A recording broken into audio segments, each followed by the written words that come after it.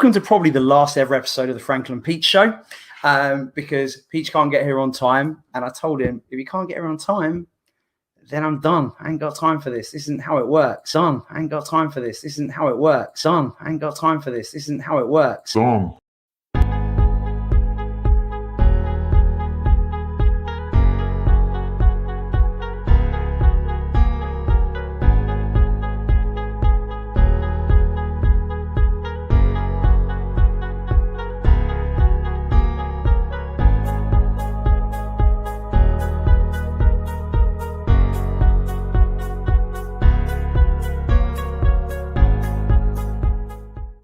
I want these guys don't even know what I'm talking about. Yo, Bryce or Henderson? Bryce or Henderson? Name me one name. Yo, you guys are whack. Straight up. There you go.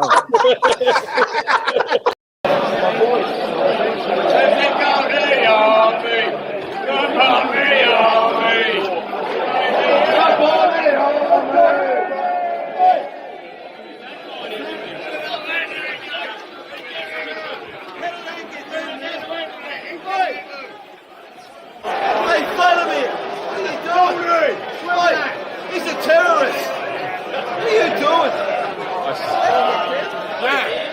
That donut is with us. Look, hold it. Cheers, boys. Talk to you later. Hey, cheers, mate.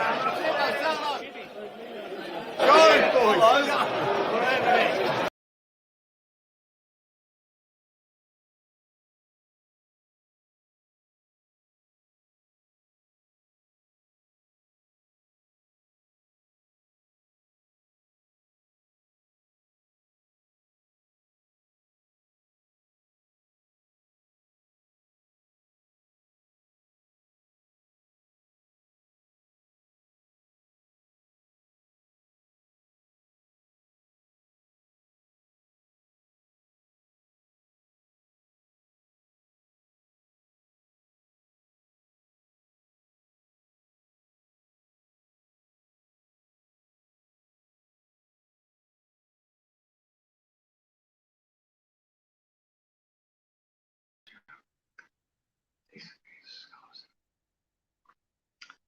Wow. What is going on? We are live. As simple as that. As simple as that. On the screen. What's that? I got a shot, bloke. How you doing, bro? I'm good. How are you, man? Everything's okay? Yeah, everything's fine.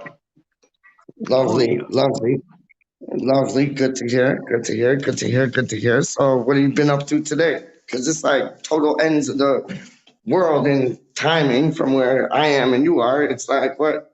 Yeah, the opposite. Like 7 here in the morning. Yeah, and I'm 10:15 in the night. So oh my days. We can't be much further apart. I think in America, because I remember I told you before, Peach, I flew to Las Vegas once, right? Yeah. And I basically from Brisbane. And I basically got to Vegas before I'd left Brisbane. In time, you know? Yeah. It's so like weird. The timing in that. Like you were already there, but you weren't there. Yeah. I got there, hours before I'd actually left in my time. So yeah, it's a real weird one, isn't it? You know? So that's like you and who's the boy? Neil from Down Under. I remember Neil it was Thailand Paul, wasn't it? He was like in the future to you, or you were in the future to him through the timing stuff. Yeah, and be honest, Neil from Down Under, actually, he's more in the future than all of us that we talk. Because he's a half an hour difference to me. I think he's another half an hour.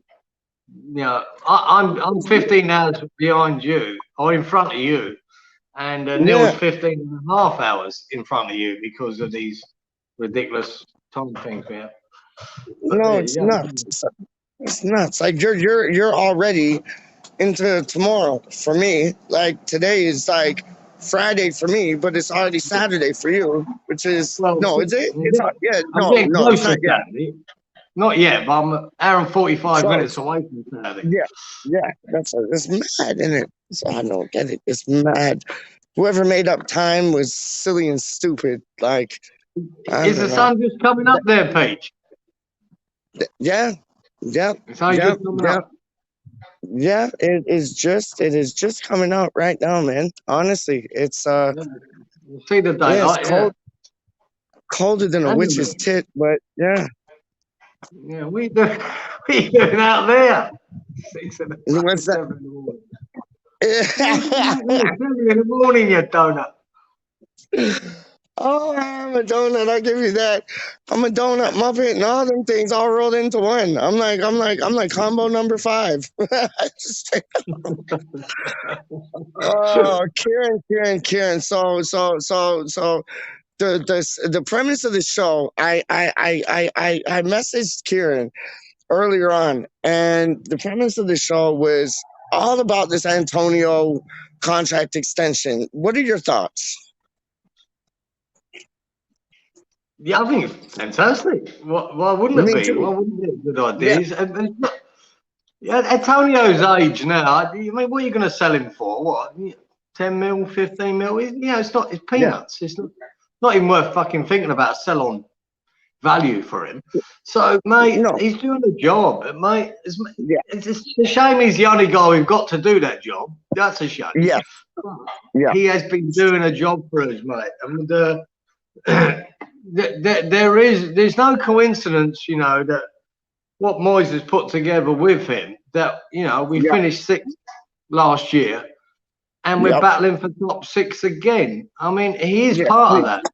We know he's never going to be a prolific goal scorer. We know he's not going to hit 20 plus a year. We know that. But we have to, what we have to do as a team, a West Ham team, and I think Moyes knows that very, very well, is we have to contribute around the pitch to them goals, you know, to get us wins. And we're doing that. And Lingard helped with that last year. He came in and banged in, you know, 9 goals. That helped Antonio, you know, so it weren't all down to him. It weren't just for him. Suchek chimed in, Bowen's chimed in, Ben Rama's chimed in, Fornals has chimed in. We've had the odd goal from, you know, Ogbonna and then Diop and one from Zuma. So, you know, this is where we got. We haven't got that 20 plus goal striker. So we have to get goals from all over. It'd be nice to let him have someone to help him out. I'd love to see that. But yeah, it's a great idea. Give him an extension, man. Why wouldn't you? It's crazy. It's madness not to. Man, it's madness not to. And he's been a good servant, man. And at the end of the day, he's been a good servant to us, Antonio. And we all like him. God, he's such a likable guy as well. You know what I mean? Even though times we get frustrated with him, we'll all still like him, don't we? We love him. Yeah. Like so, you can boot the balls into Rosette, but we'll always want his shirt. We'll always want his shirt. We'll always show him the love. Always. G'day, Andy. Yeah, exactly that, mate. You know, he's one of ours, mate. He's one of ours. Been there a long time now, and we love him. And I'd give him an extension. Why wouldn't you? Be crazy. Yeah, Luke. And you know what? You made a good point, Kieran, when we were talking earlier, because you made a good point with the fact that when you said Fabianski, everybody was calling to see the back of him. Areola came in and it's kind of energized him. It's kind of like he's found like a renaissance, or like he's found like he's found something in him that has made him better. Well, you know, like the old adage, right? You know, when someone's challenging for your spot, you perform better. You know, we all think that, don't we? We think Antonio will perform better if we bring in another striker right behind him. It happens, and I think Areola coming in has been good for Fabianski because I think he's been a lot better this season than last season. I think he's been fairly solid, you know, in all departments apart from his distribution. That's never going to be the greatest, but he has been good. I think he's shown that there's no reason. He's shown actually there's no reason to drop me. That's what he's done, and I think Areola has been a big part of that. coming in. And oh no, 100%. You get a bit of fire under your belly, and you have somebody like behind your back looking for the same spot that you have. You're going to perform better, and that's exactly what Fabianski has done. It definitely makes you try a little bit harder, I think. Yeah, and I think you'll see that with the players that were linked with Kieran, like the likes of Jonathan David, Alvarez, strikers in that kind of section. I think when they come in, I think Antonio will step up his game, and they might help him out. You might see a combination occur when he's playing beside like an out and out striker that ups his level of playing as a striker. Yeah, but I mean, Antonio's not threatened by that at the moment until we actually get one. So yeah, and he will be threatened by it because it's very unlikely that Moyes will ever play two up front. So if you're only talking about no matter how many strikers you got, we could have four. There's only one getting the gig. So right. Yeah, it'd be very rare for Moyes to put two of them on, you know, unless we're chasing a game. So. Yeah, at the moment, you know, not that I don't. Do I think Antonio's trying his hardest? Yes, I do. Would that give him that extra few? If he had another guy behind him wanting to take his, would it give him an extra few percent? It just might, you know, psychologically, you know, psychologically. But it's no way I think he's just comfortable with not doing his shit. I mean, players go in and out of form. He had a bit of a dip in form, and many others have too. So. I can't knock him for that. No, and I think we'll see. I think we'll see the best of Antonio when somebody comes in breathing down his neck, wanting to take that shirt. Because Kieran, right now, he's rolling into to Rush Green and doing the business. But when it's match day, he knows his name's going to be first on the list. There's nobody else. There's nobody else. I know. But and psychologically, that might make you, you know, not try as hard. But I don't believe that is the case for Antonio. He seems to give 100% every time I see him. Could he? Will he? What? The only downside of that is, will he try too hard to keep his place? And you know, it could have a detriment to him because he's trying too hard. Then start hitting Rosette again. But I'm not knocking Antonio's effort. But sometimes when you've got that. You've got that competition for your spot, you do perform better. And it 100%. I think it will. I really think it will. And like you seen when he went on what was it? He went to he played against the United States to Jamaica. And he's knocking goals in from like outside the box. He's never knocked one goal in for us outside the box, but that was his comfort level. So maybe when another striker comes in, he gets into his comfort level a bit more, and he's able to just like, you know, have a bit of fun with it. Like his hamstrings have turned from like vermicelli to like fettuccine. Like they're thicker. They're like ramen noodles now. His hamstrings, and they were like. It's quite amazing, really, Peach, when you think about this season. Every one of us, when we knew Moyes again passed up a window not to buy a striker, like last summer. Oh, for fuck's sake, man. I mean, we've been expecting Antonio to go down for the last 4 months, right? And he hasn't. Yep. I know. You know, well, what happened? What's happening here? He's been reborn. His legs have been reborn. Yep. He's got resurrected. Yes, his legs, his hammies have been resurrected. Like it's like the best news for all of us. Like, and I just like Kieran, you like we were talking, and there's other people. I'm not going to say any names, but like there's other people talking about how. You know, it's the worst thing for us to offer him an extension, and he's getting old, and this and that. But wasn't Cresswell getting old, and we wanted to see the back of him? Ogbonna getting old, we wanted to see the back of him. Fabianski, like Lanzini, and they've all proved to be flipping brilliant. Hey, how long extension? Because I've missed this news, right? So how long of an extension have they given? 2025. So what's that? 3, 4, 5. That's like 3-year extension. Well, he probably was going to 224 anyway, was he? And then went to I think, yeah. I think it Not was much. like 2023 or 24, something like that. Somebody in the comments will know. Well, sometimes as supporters we can get selfish, can't we? And we go, oh, look, we want new blood, we want this, we want that. But sometimes it's nice to reward a player for some loyalty. Yes. You know, 100% and he's been loyal to West Ham, and he's been a good servant to West Ham. I don't believe this season was ever a season that you would offer Noble this season, right? Because really, Noble's at the end of it, right?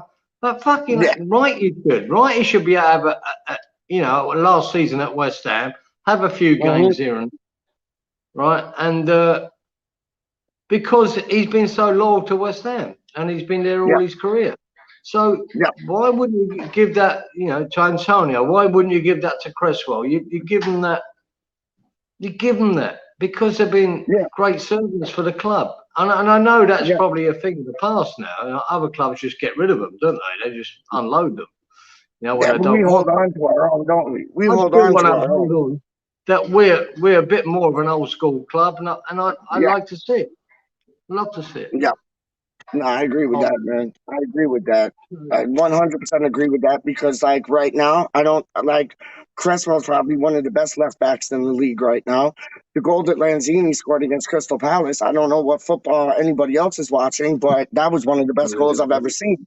And then you got, that was magic, wasn't it? Like, do you know how much skill that takes to do what he did? Like, and the pass by Declan Rice, like right to him, that was. Oh, yeah. Absolutely. Everything about that. Beautiful to watch. Fuck. I've got a big fucking flying cockroach just come in the door. Oh, great. Do you know they fly out here? The cockroaches. Dangerous bastards, those things are, man. And the big fuckers just flying. No. So if you see me chasing around, killing him in a minute, you'll know why. No, you do your thing. You do your thing. Honestly, it's like, you do your thing, man. But it's like I don't get it. Everybody's like, oh, Antonio extension. Well, Cresswell, he's one of the best left backs. Ogbonna, one of the best center halves. Lanzini, he's putting in like a job and a half, and then Fabianski, like. It's nuts. Who's got an issue with extending Antonio's contract? It was the boy. I saw the video. James the Anvil. Like, big up James the Anvil. Good guy, but he was kind of torn, like about like and you can watch the YouTube thing he put out. It was really brief, but it was like, why are we like extending his contract when we should be going for younger players? And I have that feeling of extent. Go on. Why can't we do both? That's what I just was gonna say. You took the words out of my mouth. That's exactly what I just was gonna say. Yes.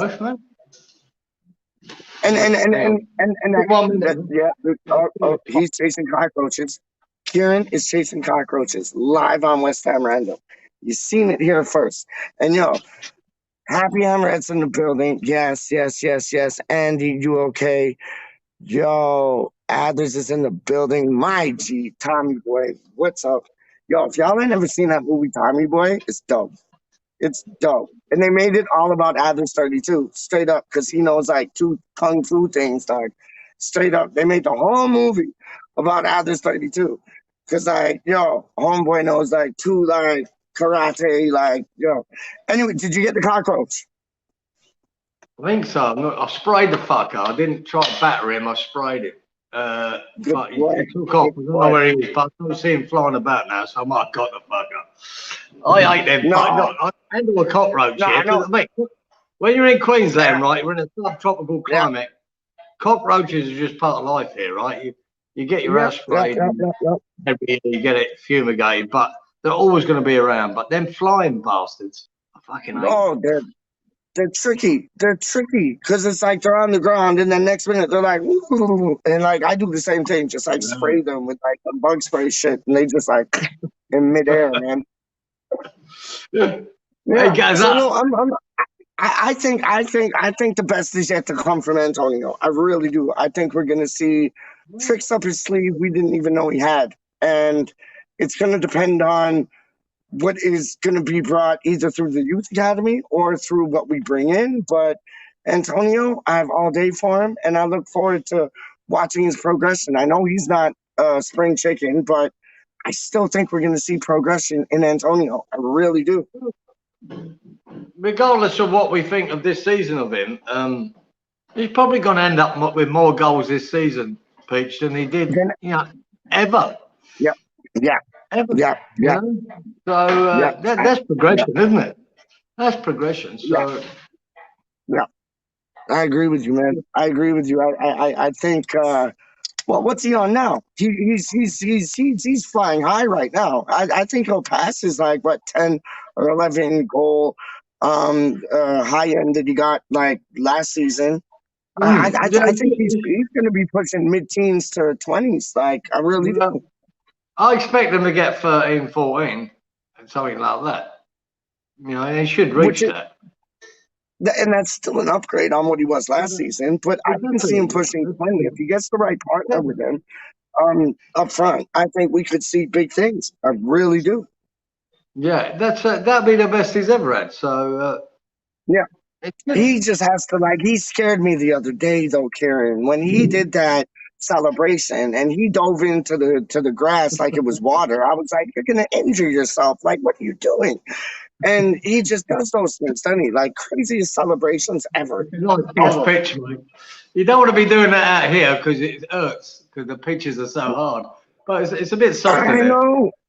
No, I know. But like when he did that, I was like, what are you doing? Like, stop it. Like, he scores the goal, and then I'm like, you're gonna do yourself in now, celebrating like that, diving into the grass like it's water. You're joking me, man. But hey, what a goal! Simple tap in. What a goal, right? No, I don't know, right? But I saw the interview afterwards. Right? He took that out of Mortal Kombat. Do you know what that was about? What's that, mate? They asked him what his celebration was about, and he said he'd been playing Mortal Kombat, and that's what it was from. Like I used to play Mortal Kombat, and I never remember anybody diving in the game, like diving into water. Some character does, and he was copying that. So there you go. I have no idea. No, neither do I. No idea whatsoever. Because like it looked like, first off, I thought it was like Superman.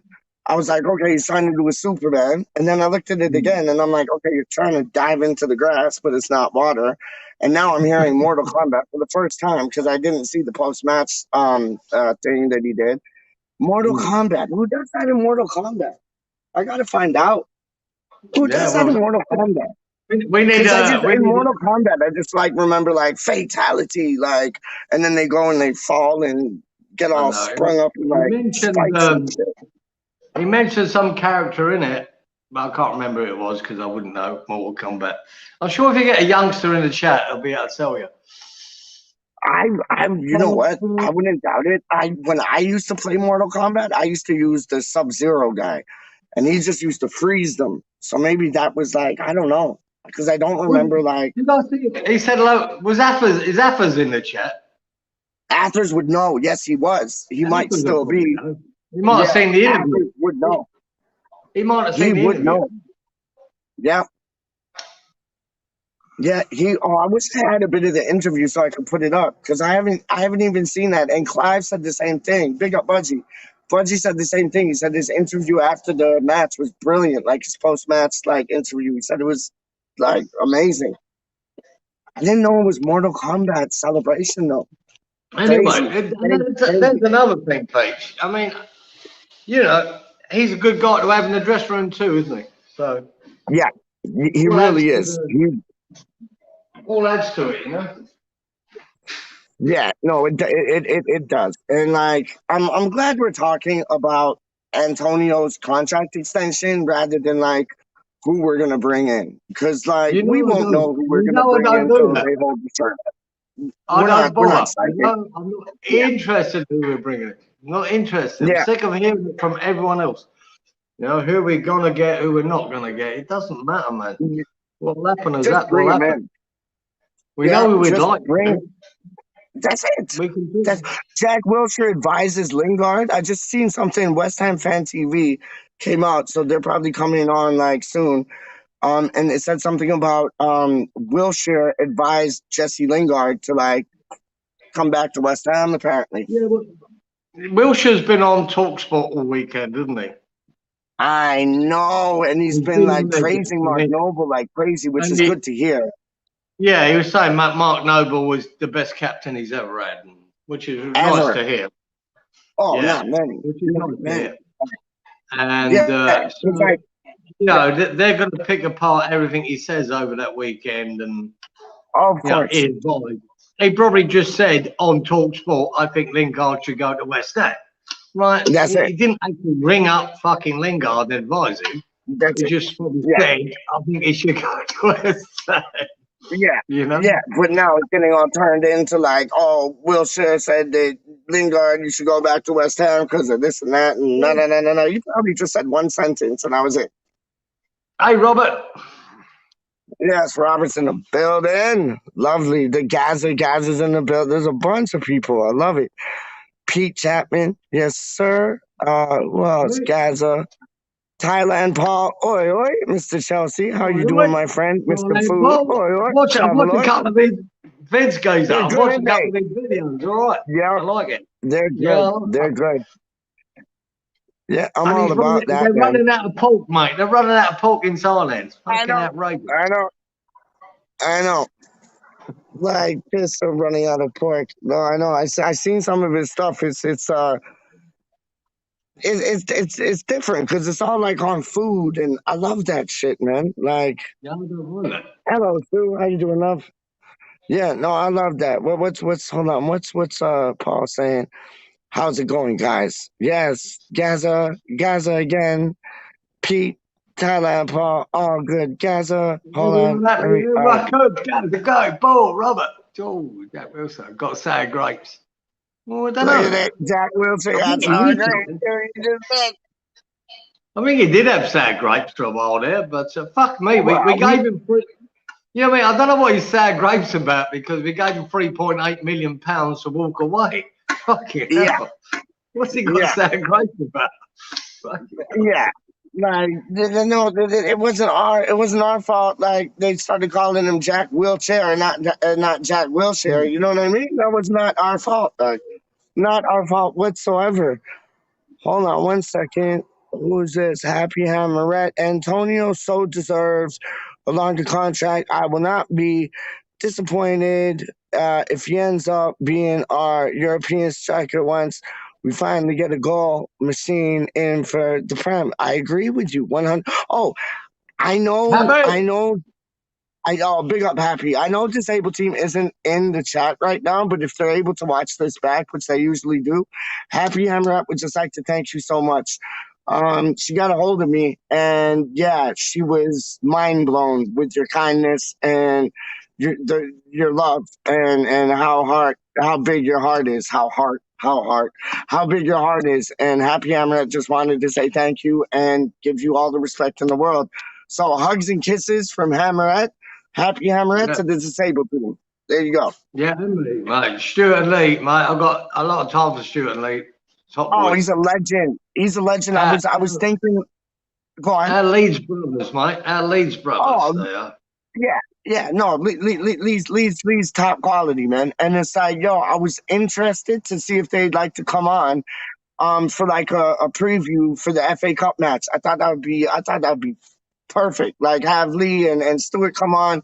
If Scylla's available, she can come on, and we can do like a little preview, like West Ham v Leeds. Before, like, little preview thing before the match, before the FA Cup match. I thought that would go down lovely, man. So we will see if we can get the Table Team on. It would be a treat. It would be a treat. Kieran, it is so cold here. I gotta go inside, man. It is freezing. I'm freezing my bollocks off, man. Oh my days. I gotta go. You went out when the sun came up. I thought you went out to get the sun. I thought it might be warmer. Yeah, I ain't. Go on. It's fucking nearly 11 o'clock at night here, and it's no cooler. It's bloody hot. It's really muggy. I really needed to hear that. Like Kieran, I love you to pieces, but you'll always be the weather reporter prick for me because I'm freezing my bollocks off. I think my left testicle is frozen. My right one's coming near to froze. Like, and you're just sitting there like putting sunscreen on and enjoying life, drinking margaritas.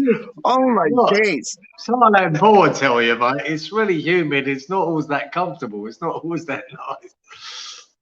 Oh, keep on. Like if I can have your weather for 2 seconds. I don't know why you went outside, for fuck's sake. You fucking... log in. Can't log in shit. Oh, he's fucking done one, hasn't he? Fuck's sake, mate. He started off inside, right? So he decides to go outside and freeze to death. And then goes and starts whinging about how cold it is. It was always going to be cold outside. What's he all about? There you go. He says log in. I can't log in because I haven't done it. He sent me all the details to do it, and I looked at it and went, I don't know how to fucking do that. So I didn't do it. And yeah, that's it. But yeah, Antonio, an extension, is that an issue? That's not an issue. That's a fucking bonus. I want him at the club for the next 2-3 years. I want him there. I don't care whether he's playing second fiddle to a striker or he's playing up front. At the moment, that's all we've got. And I do like the reward loyalty. And he's been loyal to West Ham. He's been good for us. You know what I mean? Regardless of all our when he annoys us about his finishing here and there and what he does and what he doesn't do. He's been a good player for West Ham. And I'll go on to say that, you know, when you look at Cresswell and Lanzini, I'd say 2 years ago, a lot of people were writing Cresswell off. And I wouldn't say I was one of them, but I was concerned about, I don't think he's ever going to be what he used to be. And I think he's had a renaissance. I think he's one of the best left backs we've ever had. I think he's up there with, to be the most effective left back with Julian Dix and Frank Lampard Sr. I think he's been fantastic in this last 18 months or so. Oh, so gutted he's injured. And I think the same can be said for Ogbonna. I mean, Ogbonna, 2 years ago, people were writing him off, saying, oh, it's time to move on, let's get rid of him. And he's been exceptional under Moyes. He's been absolutely exceptional. And I think when he got injured, I was devastated because I realised what a miss Ogbonna would be. And I think it's proven to be. It's proven to be a massive miss. Now, Zuma patched that up when he came in. We were at that time, so that was good. We had Zuma to rely on. And once he went down, I think we've seen the difference in the centre-half pairing now. We, you know, lucky enough, we've scored enough goals in some games to win them, but we concede them far too easily. And I think with Ogbonna in the team, we didn't. It was a lot harder for teams to score. I mean, he's made a massive difference to West Ham in the last 18 months, and I think he's a bigger loss than we actually realise. And the same can be said for Lanzini. I think Lanzini, you know, after that injury and everything, he never looked like he was ever going to get back to it. We'd almost given up on him, wouldn't we? As fans, we had. And I think what he's performing lately shows what he's still got a lot to offer. A lot to offer West Ham. A lot to offer the team. I thought he run the game against Palace. I thought he was the key to winning that game. I said it before the game, and it proved to be so. He was the key. He had a blinder of a game, and not just his goal. And if you watch everything he done in that game, because I did go and watch the game back again without the emotion involved, and my God, you just see how just the little passes he made, how he kept the ball here, he spread the play. all them little things that, you know, don't come up on highlights or anything else. He done all of it so well, so well. So yeah, Lanzini is a hell of a bonus to have him back. You know, playing as good as he can do.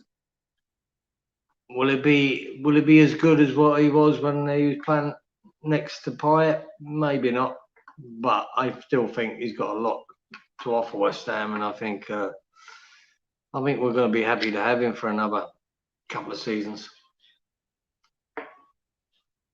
And that's it really on that lot. I think all the players we'd written off as supporters have come good. And with Cresswell, Ogbonna, Lanzini, I think we all did. Masuaku, on the other hand, is yet to prove it. But having said that, what was the last game where he came on at half time? Was that the Palace game? I think he got a lot of unfair criticism on that. You know, when Palace got their 2 goals back, because them 2 goals are nothing to do with him.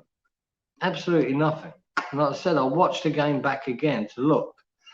And I know it came down that side, but it was nothing to do with him. One of them was just an absolute peach of a cross that, you know, very similar to Ben Rama's that he banged in. It was absolutely a brilliant ball in.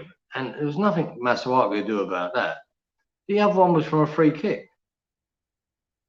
That Diop gave a stupid free kick away. So I don't see what all the criticism was aimed at Masuaku because they scored 2 goals from that side. Because he actually came on and Ayew was causing us a lot of problems. And he actually stopped Ayew from playing. And if you ever, let's say, having the luxury of watching it back, when they substituted Alisi on for Ayew, they actually switched Ayew to the other side of the pitch because he was getting no joy out of Masuaku. Masuaku stopped him playing, and he caused us a lot of problems in the first half. He was giving Johnson a lot of problems in the first half. And I don't believe it was just a yellow card that is why he took him off. I think Ayew was getting the better of him. Moyes recognised that and thought maybe a faster player like Masuaku would do a job, and he did.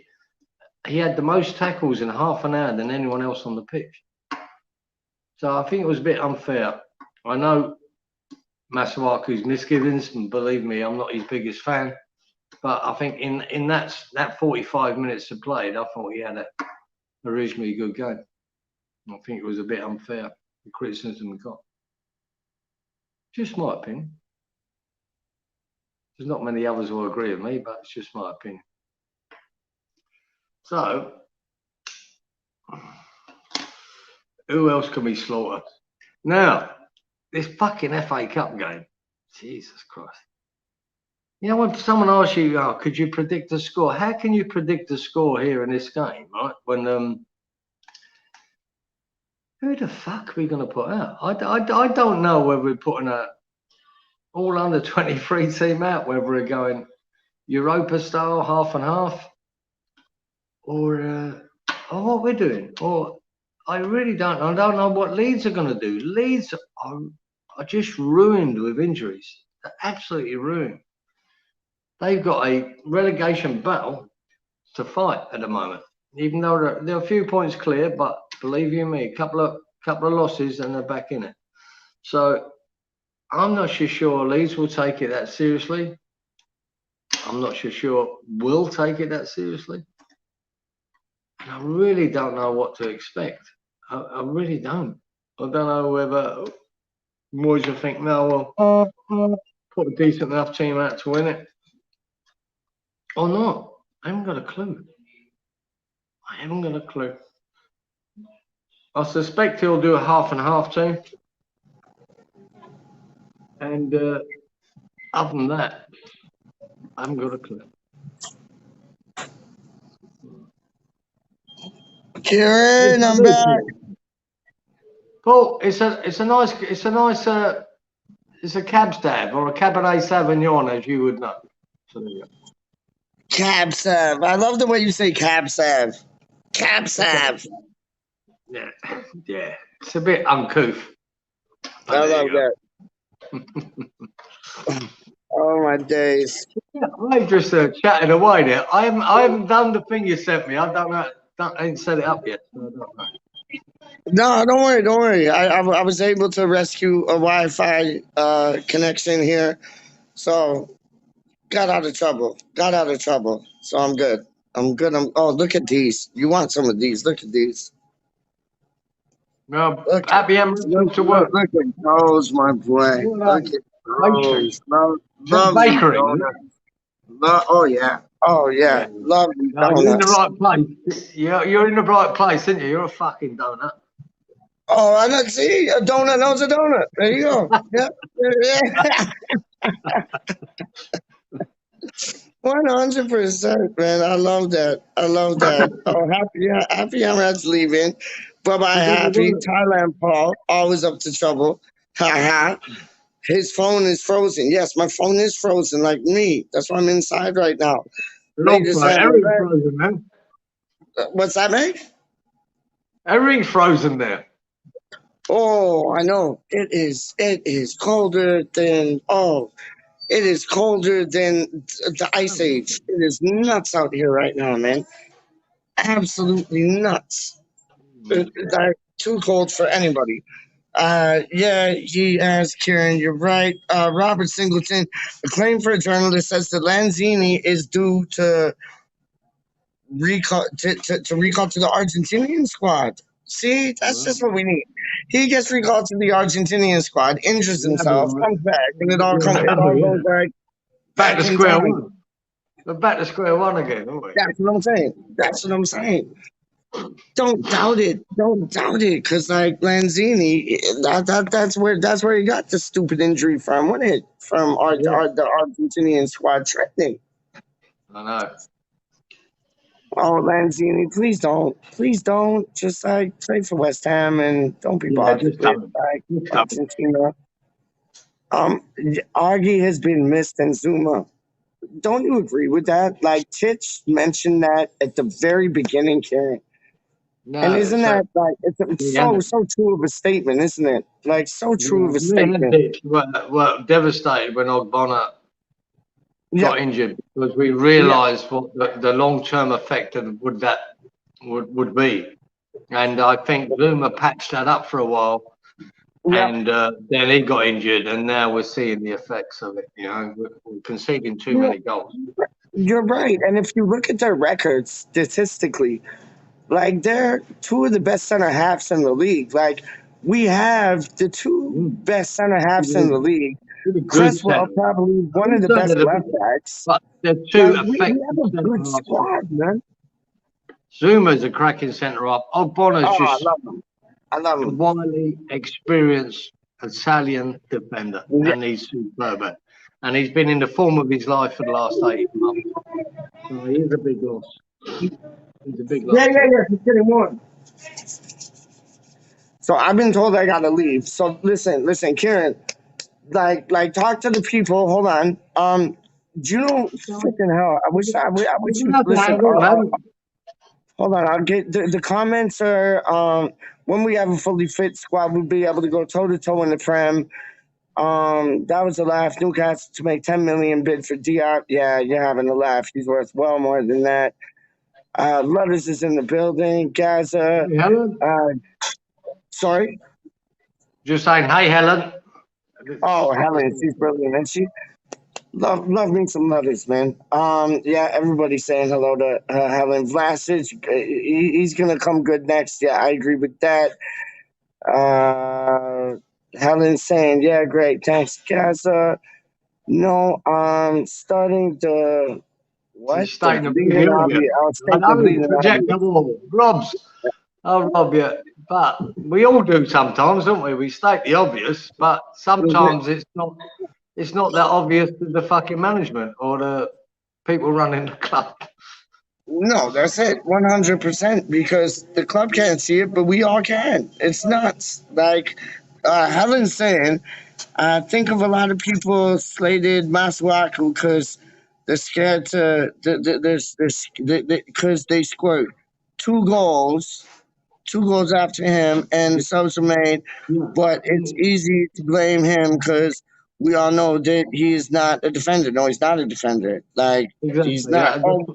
Oh, Wally's in the building. Big up, Wally. Yes. Wally. Good morning, everyone. I'm sure he has his coffee. He's cupping Joe in it. He's Joe and cupping it. Get that coffee in you, Wally. Get the coffee in, son.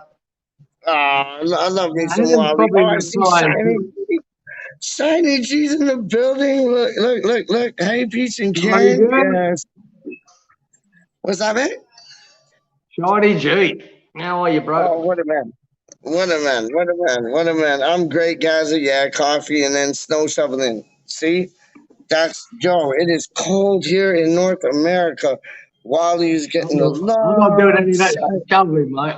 I've got no snow shoveling. And yeah, I'm sure you like break your wrists and arms snow shoveling. And what's the temperature again in Brisbane? I forgot. Like 28. Be about 90 degrees. Yeah. Thank you for that. You're all heart. You were all heart, man. Honestly, Hammerstead. You going? I'm just saying hello to Hammerstead. Hammerstead saying Nikki Hawkins from West Ham Fan TV says Wilshire's advising Lingard not to play for us. Not to play, is that right? No, I don't know. That's interesting because he was praising Mark Noble the other day on Talk Sport. That's weird. All right, so he's advising him not to go to West Ham. What a wanker! Yeah, well, he can fuck right off, can't he? And then Hammerstead says, "What a turncoat tosser!" I love it. I love it. He can keep his opinions. I love it. Keep his opinions to himself. And shut the fuck up. That's what Go on, Karen. No, I fucking. See that Wilshire prick, right? This is a fucking. This is a prick, right? Supposedly a West Ham fan, right? And he done fuck all at West Ham. He ripped the money out of West Ham, left, right, and centre, right? Took millions out, and then we had to give him 3.8 million to walk away. That fucking Tom. As a West Ham man, get the fuck out of here. Oh, you can tell one He hasn't got an opinion on whether fucking Lingard should come to West Ham. Shut the fuck up. Yo, he's a mental case, Jack. He's a mental case, Jack Wilshere, man. I don't even business. Like, you shouldn't have an opinion on it at all, mate. It's a bit like Rio Ferdinand's, advising fucking everyone that Rice should go to Man United. Shut the fuck up. Where the fuck are you? Mate, I don't want to hear these fucking ex-pros fucking talking shit. You know what I'm saying? You have a nice day, yeah? Yeah, we'll do. Yeah. Yes, yeah, thank you. Get outside and stay warm. Yeah. Yeah, get outside and stay warm. That's nice, isn't it? Yeah. I know. They kicked me out the shop. They're like, sir, you need to leave. And I'm like, why? Like, I'm going in there getting warm, bought like 2 things from them. And they're like, you need to leave. I'm like, all right. Like, yeah, I'll go. I live down the road. And like, she's like, yeah, stay warm. I'm like, stay warm. It's freezing outside, stupid bitch. Like, a little bit ironic, isn't it? You know what? I think she's related to Jack Wilshere. Straight up. Yeah. I think she's related to Jack. I think that's Jack Wilshere. Nothing even joking. Oh my goodness, fucking gracious me. Go outside. Yeah, sir, you have to leave, but stay warm. Lovely, friendly neighborhood shop, that is. Oh, I know. Wow. You learn something new every day. But yo, Wilshere, what's that all about? Like, Wilshere's praising Noble, and then in his second breath, he's saying, Lingard, don't go to West Ham. No, don't. Didn't Lingard have like his best season ever coming to West Ham? Didn't we get him back into the England squad? Like, yeah, I don't get it. Well, I don't get it. I do not get it, man. I do not get it at all. Look, he could have got onto the one of the fucking Paralympic teams after West Ham.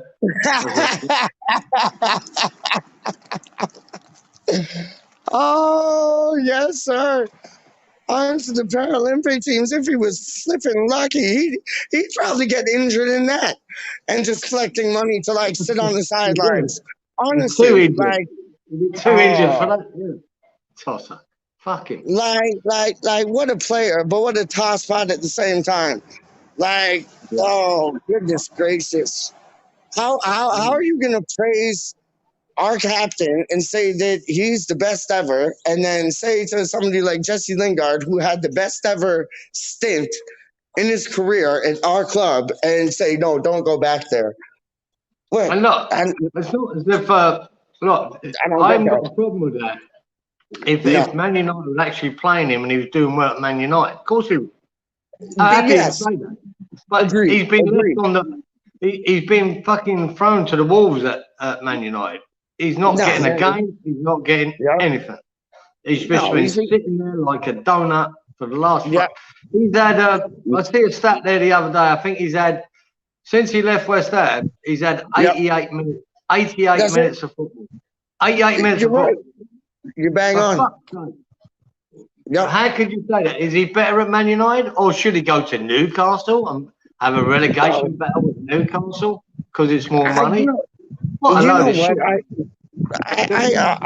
respect the Newcastle supporters. Any other pundit I've heard and pro said it makes sense for him to go back to West Ham. All of them have said it. Except for Wilshere and Paul Merson. Paul Merson said, "Oh no, like West Ham, they have to give you like this player and that player 10 million because Lingard is whatchamacallit, he's a 30 million pound transfer. Lingard isn't a 30 million pound transfer. Like, what's Paul Merson talking about? Like, honestly, he's 15 million at best. 88 minutes. You're gonna pay 30 million quid for somebody who played 88 minutes? Not a fucking chance. I'll tell you this now. West Ham are not going to pay any more than 7 or 8 million for it. If it's any more than that, they won't pay it. And I agree with it. I agree with it. Fuck Man United. Yeah, you know what? It's not Manchester United. It's Manchester fucking United. Because, we're everybody's second team. Manchester United is everybody's hated team. So I'll never forget the times. Like, honestly, Alex Ferguson did the job. But I'll never forget the times when he just pointed at his watch and, like, injury time, it would be 2 minutes to turn into 10 minutes. And they've always pissed me off and led me the wrong way, man. It seemed to be, they all seem to get the rub of the green for a lot of things. Yeah. No, it's like they pay off the referees almost, man. It's nuts. It's like, I don't know. No, but he purposely intimidated the referees so they did get decisions, and they did. And one referee actually wrote a book about it and said that they did. The referees were so scared of upsetting Alex Ferguson that certain 50-50 decisions would go Man United's way. Because if they didn't, they'd end up not refereeing in the first division as it was back then. They'd end up in the second division refereeing with a lot less money and a lot less kudos. So they did give them 50-50 decisions to Man United more so than the other teams. No, I and that's sad. That's like that's sad for sports in general. Like you don't do that. Like that's just that's corrupt. That's like what was the boy's name? Slep Bladder. I know it's not corrupt as such. Like these referees are just scared of Alex Ferguson because they'd kick up if they made the wrong decisions against Man United. He'd kick up such a fuss afterwards and with the FA and on an interview that they belittled that referee. He'd end up getting relegated to the next division because of what he said. And they can go to sleep at night. Are you joking me? Like, come on, man. Like, yes, no, I agree with you. Like, what is that all about? Like, And it's still like last year really pissed me off when they were all about the Big Six. Arsenal weren't even in the Big Six, but they were included. We weren't, and we were in the Big Six. Like we were six. I don't get it. The Big Six, yeah, but the Big Six is not calculated on your league position, is it? I know. It's calculated on the wealth you've got behind the club. And Arsenal are in that category, and so are Tottenham, and so are Man United, so are Chelsea, so are Man City, so are Liverpool. I know. So when you're talking about money terms, they are the Big Six. They are the Big Six. I know, and credit to Arsenal because they went on to be the Invincibles with like Perez and Bergkamp and Henry, and like good for you. But those times are over. Like you're dealing with your like Lacazettes, your Aubameyangs, your Pepe, who I think has been a flop. And like then you got like your Maitland-Niles and your Emmett Smith-Rose, and they're not the same team that they once were, but they're still categorized as that team. But Pete, you know the difference between clubs like Arsenal and Tottenham and West Ham, right? And here's a major difference. If we looked at this season so far, right? People are probably, you could basically say we've done really well, yeah, as West Ham this season. Yeah.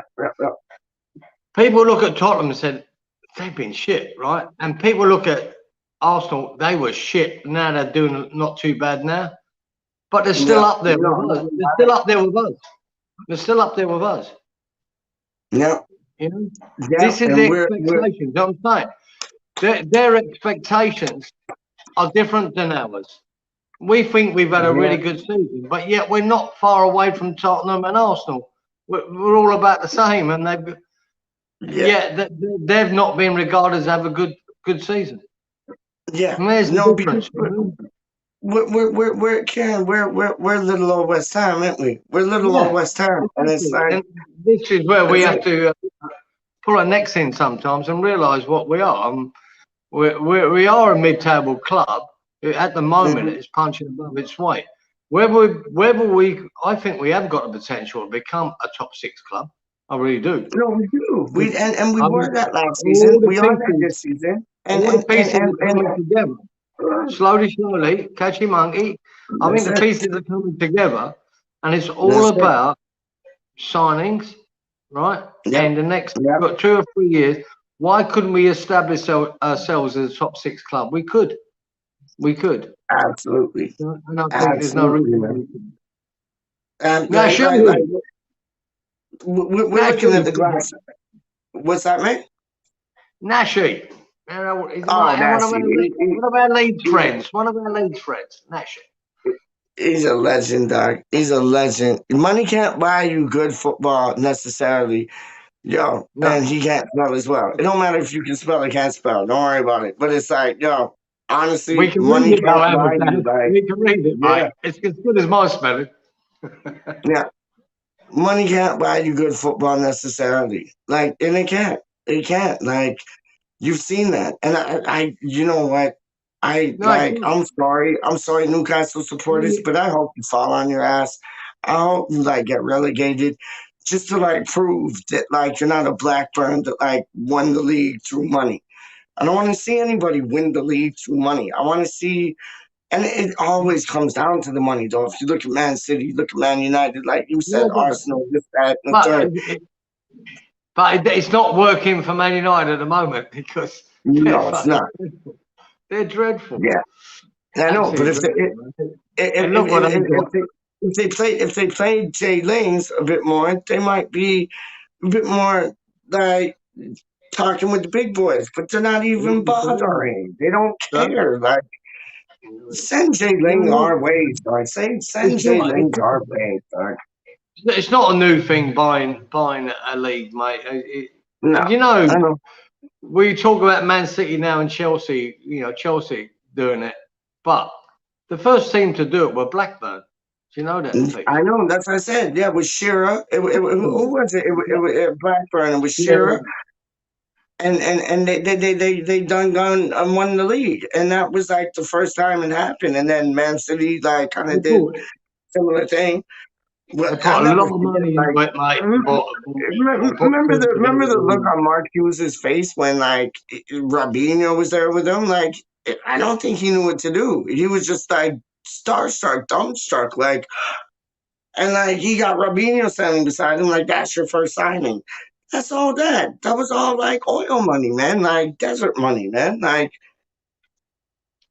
no, enough for that, man. Like, yo, that's why I want our academy to come through so large. And that's why, like, Krasinski saying, like, he wants to put more money into the U team than he does wanting to, like, go out and buy players. I respect that. I respect that large. I want to see that come to I fruition, think man. any sensible football owner would Yeah. put a lot of money into the recruitment of youth. Never mind Yeah. having a good youth academy. Yo, Tits is in the building. Big up, Tits. Sorry, go on. Because believe you me, if you can bring 3 or 4 youngsters through, right, over 10 years, it just pays for the whole. It pays for the whole academy. Yeah, it's simple as that. It has done in West Ham's past when we had that academy of Joe Cole and Carrick, Defoe, Rio Ferdinand. We had all of them. Trevor Sinclair, Michael Carrick. You done said Frank Lampard, Fat Frank. Like we had all of them, man. We had half the England team come out of that youth academy. Rio Ferdinand, like that was those were the days, man. Those were the days, man. They ended up being half the England team. I know. More. I know. So I know. Even Glenn Johnson was on the come up. Glenn Johnson was on the come up. Like a bit later. But the thing is, but Glenn Johnson was on he was on like around 2001, 2002. Like he was on the come up when we got relegated. He was, and then he pissed off to Chelsea. Yeah, he did. Yeah. But if you invest in your youth recruitment and do it well, it pays dividends in the end. And it's been a while. It's been a while since we brought through any youth like that. It's been a while now. Young Johnson looks it, but he doesn't look superstar, but he looks good enough, and hopefully he'll get better. And I think he will. I really do. Ashby looks it. Perkins looks it. Lisi looks it. No, Perkins doesn't look it. No, he doesn't. Yes, he does. You don't got the right glasses on.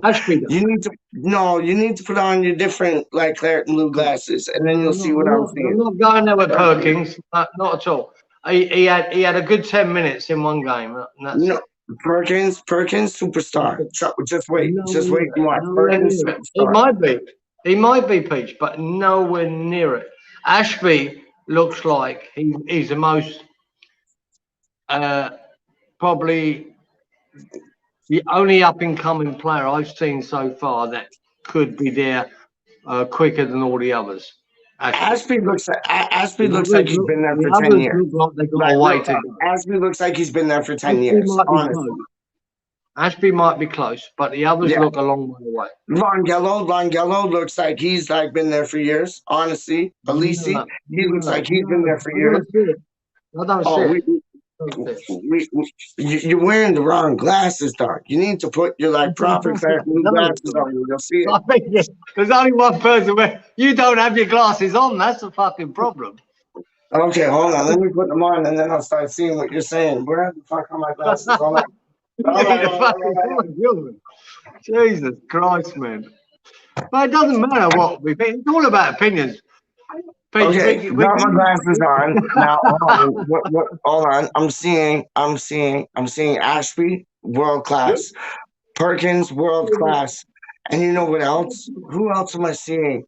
Aquaflex, world, mother ducking, sucking, rucking, chucking. What else can rhyme with arcane besides the F arcane? When Aquaflex, I don't business. Big things, big face. Big up Charlie Watts, how do you mean? But now the new terminology is humongous plays, dog. Aquaflex. I got my glasses on now. Aquaflex. Humongous plays, dog. Ginormous plays. Right, Aquaflex. yeah, keep them in the under 23s. That's what I reckon. Keep them No. in. Stop being. No. No. No. Aquaflex in the first team, dog. What are you talking about? I'm not even joking with This you. is what, you're doing my fucking head in, right? When Perkins had his little header on target and the keeper saved it, you wanted him to replace Antonio next fucking game. Steady Certainly up, did. man. Steady Certainly up. did, sir. Exactly. Certainly did. Certainly did. He is like, what He are you never talking got a about? header on target. That was it. You know, What boys Perkins actually did that? He's the new Pele. Done. Finished. From Brazil. let Done. me remind you, Perkins is just What? another converted fucking midfielder. I know, That's but what he this is is. what He's a Moyes midfielder. does. He transforms them like Transformers. Like he'll get them and then turn them into like he'll get like a Beetlejuice. No, not Beetlejuice. What's the little yellow car? Beetlebug or whatever.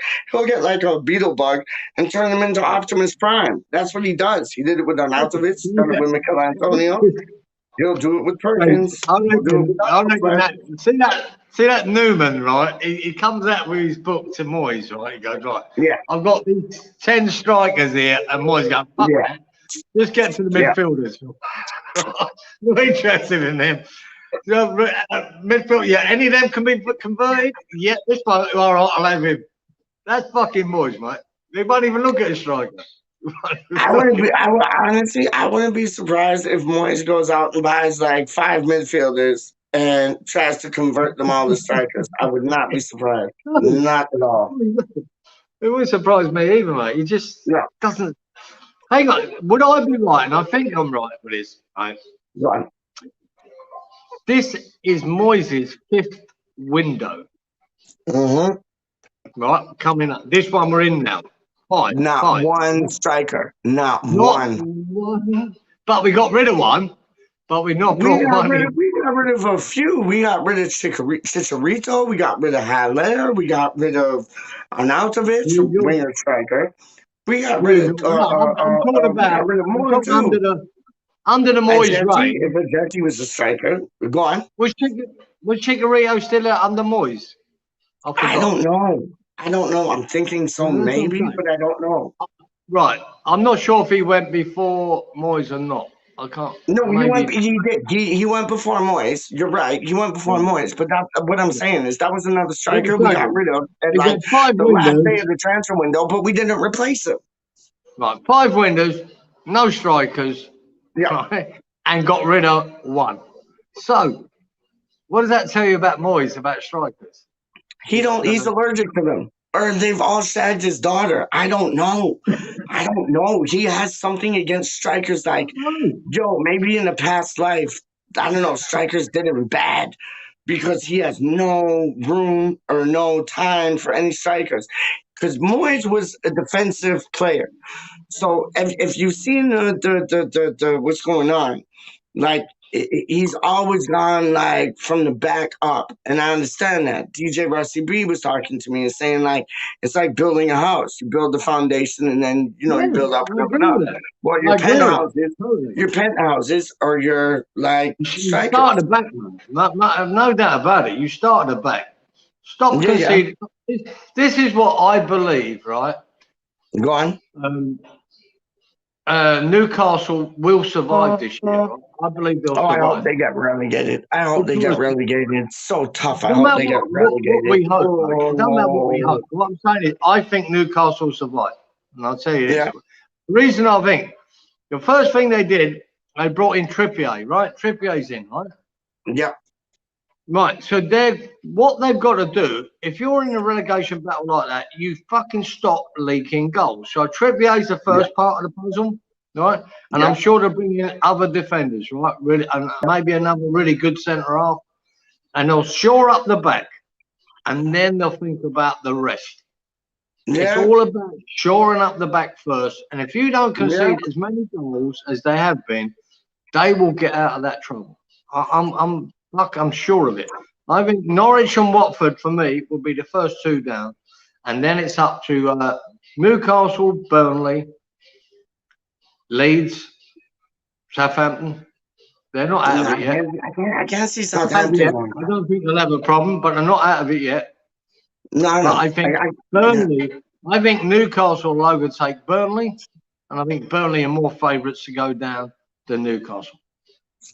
Yeah. Not at the moment, but give it 5 or 6 weeks, and I think you'll see Newcastle climbing out of there when they've signed the players they've done, and they won't be superstars. They'll be just But they'll be just enough. They'll be solid just at the enough. back. Yeah. Solid at the back. Yeah, just enough.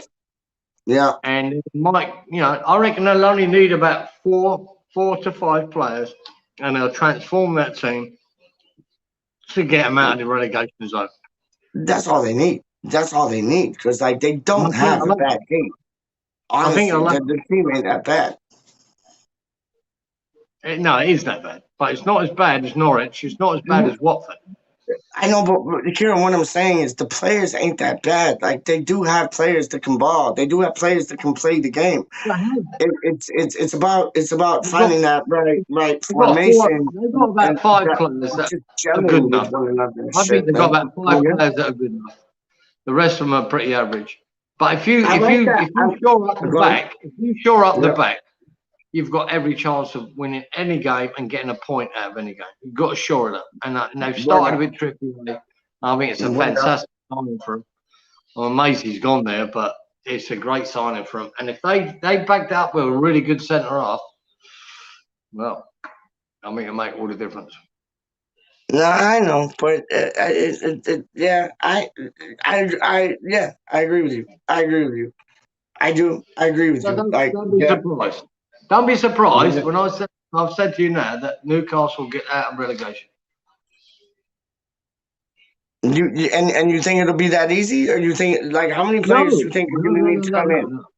This should be going down to the last 3 weeks of the season. Yeah, like usually what we're dealing with. Yeah. Hell of a battle. I just got a feeling they'll do enough, buy enough to get out of it. And I think there's enough bad teams there. I think Burnley are fucking rubbish. Absolutely me too. rubbish. Me too. I think Watford and Norwich are terrible. So they might just get in the way of it. And that's what I say. We're Leeds as well. Leeds have got to be careful not to get dragged into that. They've got a nice little buffer at the moment, and they need to push on with it. And I know it's hard for Leeds at the moment. The amount of injuries Leeds have got are criminal. We're moaning about our injuries, but Leeds have got twice as many. And it's really crippling. It really I know, is. but we Kieran, think about like seasons of past. We've been where Leeds are, like with the injuries, and we're bare. We are bare in the middle, at the back, up front. We are bare. And we've been there, so we understand what it's like, and it's not fair. It's not fair to tell you the truth, but they're on a restricted budget like ourselves, but not so much now. When you've got a manager like Moyes and Bielsa, they like to work with a small squad. So, but now you pay the price. When you get a lot of injuries, you pay the price for that. And they are paying the price. But that's why I'd like to see like somebody like Newcastle. They got all this money injected into them like crazy. I'd love to see them just like fall on their face, because it's like I'll be happy if Newcastle get relegated. Sorry about that. Yeah, me too. If they're smart enough, I think Eddie Howe is smart enough too. That I think they can get. Eddie Howe's no fool. Eddie Howe's no fool. He took Bournemouth from like conference to like Premier. That's big. That is big. I think, as I say, it will come down to the last few weeks. Of the league to see. Maybe the last week, but I think they'll have enough to get out of it. I really do. You know what? Yeah, but I think money's gonna play a big part, and if the money was shared upon different clubs, like let's say somebody went in for Burnley or somebody went in for Northampton and Norwich, like if money got injected to Norwich, I could see them doing better than what Newcastle are gonna be doing. Like, what was the attraction to Newcastle? Why did these Saudi Arabian owners want to go to Newcastle? Like, I know they have a brilliant support backing. They're a big club. But why Newcastle? Why Tyneside? Like, why? It was cheap in their minds. 300 million. It's cheap. That's it, isn't it? That's it. And we're asking for what, like 8 million? That's like for full takeover. We're asking around like 7-8 million. Without a grand. Yeah. We don't. Newcastle got their grand. We don't. So. No, I know, So because yeah, we're cheap. Yeah. It was a cheap deal, mate. And They've got, you got to remember, the Saudis got other fish to fry, mate. They yeah. Big up Lee. Yeah, yo, Lee's in the chat. Big up Lee.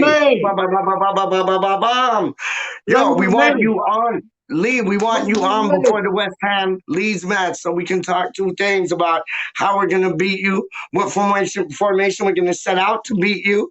Just taking a piss. But, yo, come on the show. We'll do like a preview thing. You, your dad. That'd be dope, man. And happy Hammerette. Thanks you and your family from the bottom of our heart for the gesture that you guys like done. And she asked me to tell you, so I'm telling you. Yeah, big up Stuart, Scylla, and Lee himself, the man, the myth, the legend. Like, yeah, happy Hammerette. She's much appreciative of the gesture that you guys offered. And heart of gold. Like, honestly, if anybody don't know, now they know. The disabled team have a heart of gold. And I became a member, dog. Like, yo, I got a tweet, like, the other day, dog, saying, like, Pete, he's part of the disabled team. So, yo, I'm up in the building, dog. Like, Pete's is really in the building now. I swear to God. Yesterday, tHa done a preview with TDT. It was dope. It was dope. It was dope. Really good. Yeah. And I know Lee went to college yesterday and done fuck all, right? I want to know. I want to know, Lee, did you actually pick up a pen today anymore? Did you give anyone a wave or did you just do fuck all again? But if you're at home, or are you at college now when you put that message in? Well, I wouldn't be surprised if homeboys in college just chilling, like watching us while like elections going on right now. Like, you know, it's half one in the UK now. It might be over from college already, but I wonder if he's done anything. I wonder if Lee done anything like more than pick up a pen. Yo, no, but differently. I watched that episode, and it was like it was Stuart, it was Lee, and you were on it too. You were on it too, Doc, and tHa holding it down like homeboy does, Doc. And it's like, oh, that was beautiful. That was beautiful, man. That was beautiful. Beautiful episode. I watched it like from beginning to end. Beautiful. Straight up, man. Straight up. Straight the up. So, yo, Newcastle. Relegation? You don't think so? 2-3 signings? They get there instead of there. No, it's all about the signings. I do believe. I think they're going to sign more defensive players than anything, and maybe one striker. But if they get their defensive back sorted, and fucking get a good defensive mind about them and shore up the back, I think they've got every chance of surviving. Because if you think how bad they've been, right? Yeah. They're not, even now, they're not far off getting out of it. Yeah. You know? No, you're right. You're right. Even now, as bad as they've been, they're not far away from getting out of it. So if they bring 3 or 4 good signings in and start, picking up a point here and a point there, an odd win here, I think they'll get out of it. You remember the Leeds team with like Viduka, Harry Kewell, Rio Ferdinand, Alan Smith? Like that was a team. That was a team, man. Like I used to enjoy watching them play. Like I thought Viduka was like well underrated. I thought he was one of the top strikers in the league at the time, man. Like he blew my mind. He's a real selfish fucker, but he was good. Really good. But that's what I like in a striker. I like a selfish striker, like Costa, Diego Costa. I love Diego Costa. I thought he was brilliant, but he was like a bit like off the kilter, like Di Canio, but selfish. Like, oh, give me Diego Costa and Viduka all day long. And Harry Kewell just had that. He had that finesse about him, didn't he? Like, oh, Harry Kewell was special. Quality. Harry Kewell at least was phenomenal. Yeah. I thought he was Yeah. fantastic. And like I say, we got a lot about him here because there were two Aussies, Paducah and the name's gone out of my head. And they got a lot of press here, so we heard about them all the time when they done well for Leeds, you know. Harry Kill, I mean. No, Harry Jewell was like he was a special individual, honestly, and like who was I always get this mixed up. He was a Kiwi, wasn't he? Cahill, or was he an Aussie? No, an Aussie. He was an Aussie. Yeah, what a player! What a player, man! Like, Tim Cahill, what a player! Do you know Peachy? Yeah. Do you know I met him last year, Tim Cahill? I remember you saying something about that the other day. I flew to, there was a national, before it became the A-League here, right? They turned it into the A-League here. It used to be the Australian National League, Soccer League. Yep. Right? Yep. And it was their anniversary, right? It'd been 100 years or whatever it was. And someone from the Gold Coast invited me to go. They were having a big do in Sydney for it, you know, for this anniversary. Nice. So we flew down to Sydney, and I met Timmy Cahill, had a photo done with him, and I met Robbie Slater and had a chat with him. A 10-minute chat with Robbie Slater. That was it. But you were was it you that was calling him something else? Like you were calling him something like there was somebody that had a chat with Robbie Slater and they were calling him another name. Was that you or no? It's me. When I talked to someone, I used to say Stuart. I used to get mixed up with Stuart Slater and Robbie Slater. But yeah. You know, the weird part about it is he was there. Who's the donut now? Who's the donut now? Who's the donut now? Well, I've got Stuart. Yeah, I'm a fucking idiot. Like, you know the weird one? He's up there and they're having a chat. Then I went outside for a cigarette, and who would come out was Robbie Slater. I didn't realise he was a smoker, right? He was having a cigarette himself, right? So I said, all right, Robbie. And I said, I'm a West End. And he went, come on, yours. Straight away to me. He said, come on, yours. I said, and I had a chat with him and for about 10 minutes. It was really good. I love that. Really good lad. He was a good boy, wasn't he? Like, just down to earth. He really was. Really good lad. Really good lad. Yeah. I can imagine. That must have been where was that? Where was that? Was that in Australia? Yeah, it was in Sydney. Yeah, we flew down to Sydney. Wow. So you got hold on. So from Brisbane, you got to fly out to Sydney? Yeah, so it's about a 10-hour drive or an hour flight. Oh, there you go. That's like England to France, basically. Yeah. I get you. It's up to you. I've driven it a few times, but it's easier on a plane.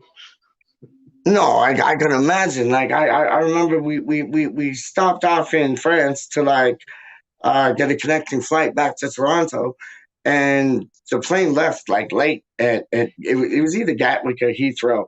It wasn't Stansted or like one of them places, but like it was either Gatwick or Heathrow, and we got the flight and it was delayed. And then by the time we get into France, they're like, oh, your plane has already left. We give you free complimentary hotel. So me and my father, we get into this hotel in France, living the life of Riley. Like free hotel room, free food, free everything. Then we go to the plane the next day. Like we get first class. Like they upgraded us from like, the like normal folk section to like first class. Me and Dad are like, okay, this is how the other half live. Love it. Yeah, we love some of this stuff. Like it was dope. We had a bursar and everything. It was amazing. Absolutely amazing. But no, I know what you mean. Like, what's happening? Yeah, I had that once, mate. Once ever. Yeah. Because they fucked my flight up. I got on an earlier flight to it was London to New York, actually. And they said, no, look, it's overbooked, your flight. Yeah. And I was still 3 hours away from that flight, but they come up to me and said, "Look, but there's a flight leaving now if you want to go on it. Otherwise, you're not going to get on that next flight because it's overbooked." I went, "What the fuck?" I had to get on the flight, right? And when I went in, you know, you normally, when you go into an airplane, you turn right, don't you? They went, "No, Yeah. it's left for you." Like, what? Lovely. It was only, unfortunately, it was only from London to New York, and then I had to fly to LA after that. It don't matter. And You got to then I was experience back. that. I was back in the cattle. I was back in the cattle class after that. It's fucked. No, I know. It's like there was this one lady, like, so at my old work, there was this one lady that came in. Come again? What's that? Imagine that Stuart. Lee's been in. I'd imagine that Stuart then. Yeah. Stuart's in the building. Stuart, we want you to come on either tomorrow or Sunday to do a preview. Like me, Karen, Budgie, even like because you guys do like football and focus, right? On Saturday. Yeah. Right? Yeah. Well, what about having like Stuart and Lee or something in your football and focus, like doing like a little 10-minute like preview of the Leeds versus West Ham FA Cup match? Just an idea. We'd love to have them, but yeah, I don't want to throw on them to do it, but I'd love to have Stuart and Lee on it. That's what I'm talking about, man. Like, yo, imagine that. You got Stuart, Lee, Budgie, and Kieran in the building. Yo, that would be live. Like, I'd be watching that shit all day long, man. Straight up, like 100%. Yeah, let's try to make that happen. Honestly, really, let's try to make that happen. Stuart has my Twitter. And yeah, he can get a hold of me on that, and I can get a hold of him as well as. So it's like, let's try to make that happen. That would be amazing. Honestly.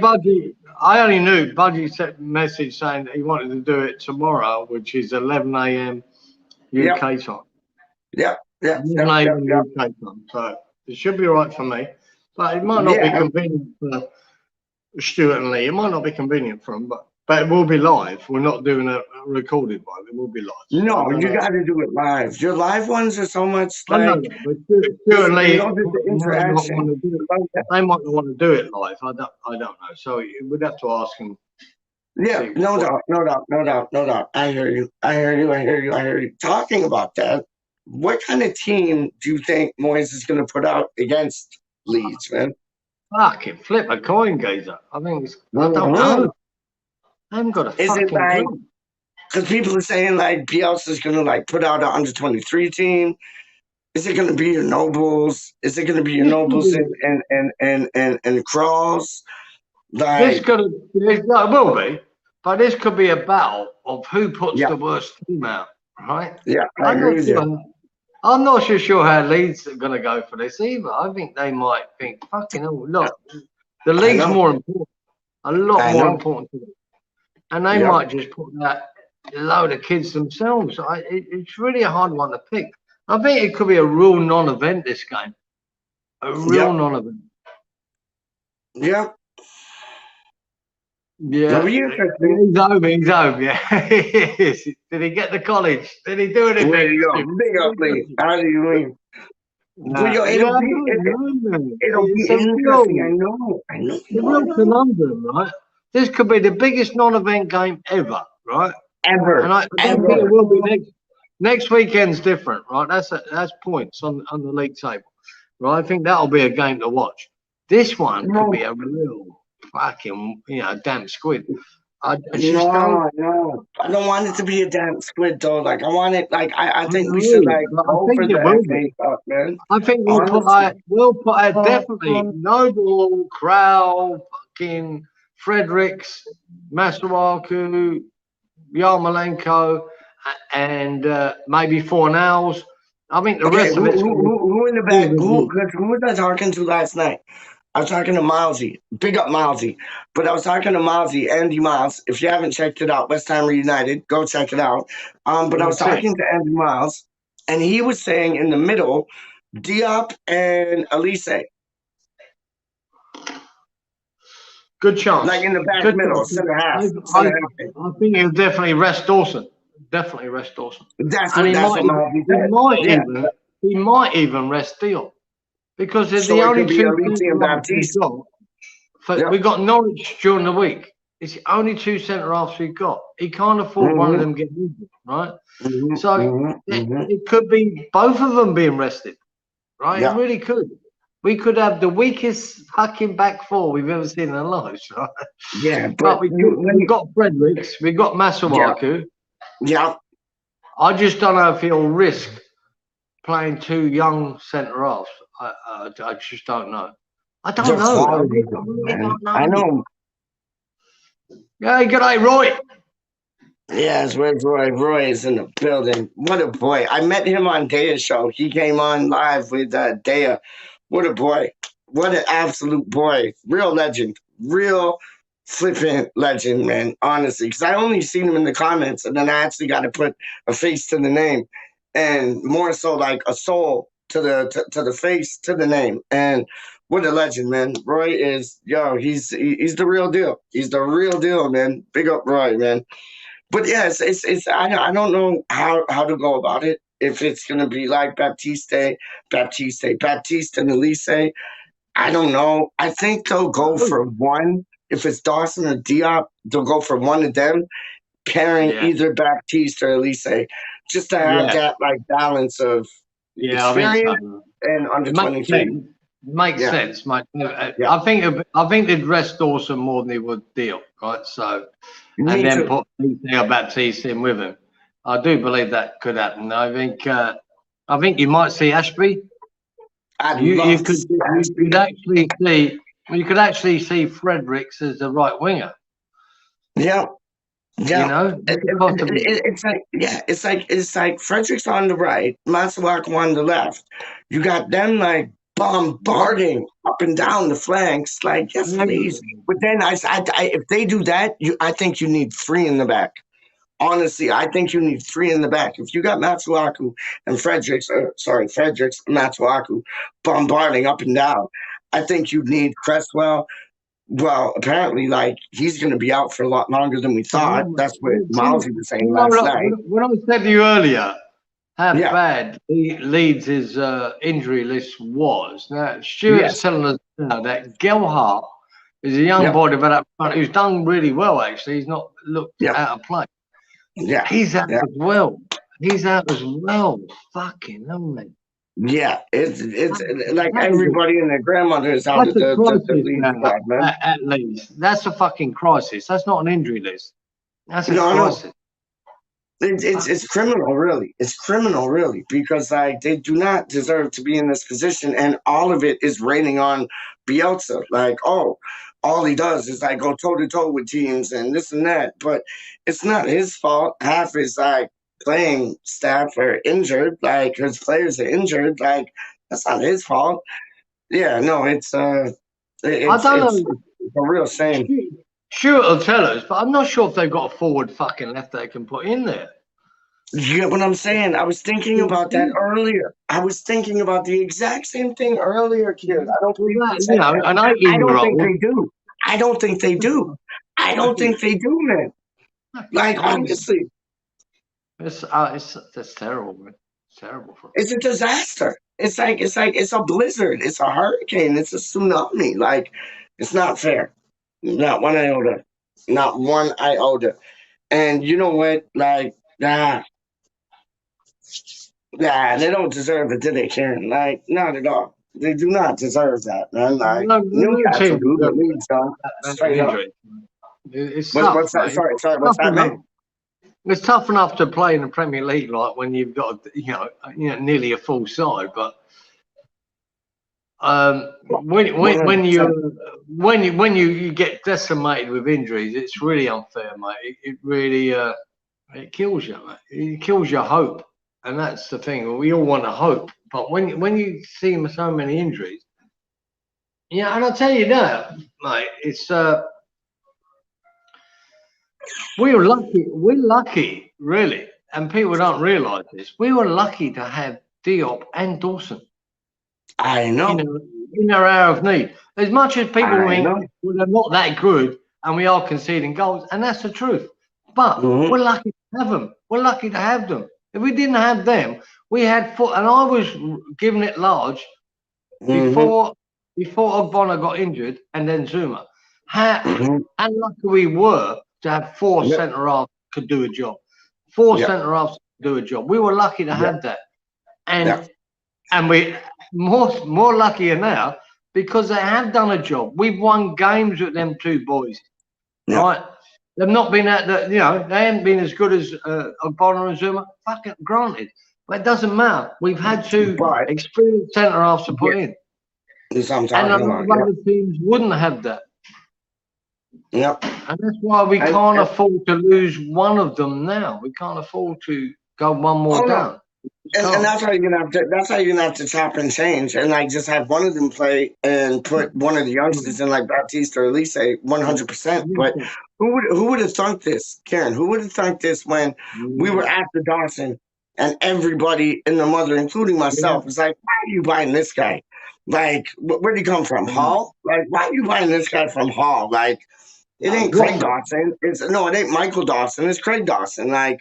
Yo, why are you buying this guy? And it was like, I didn't see it, but Moyes knew something. So that's why I trust Moyes with every signing that he makes, including Sufal, including Dawson, including Lingard.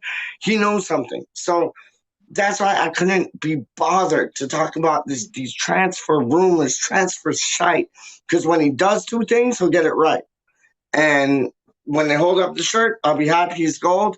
Let's stop speculating, enjoy what we're seeing, and enjoy what might be coming to us. But as you said, Karen, it's been 5 transfer windows without a striker.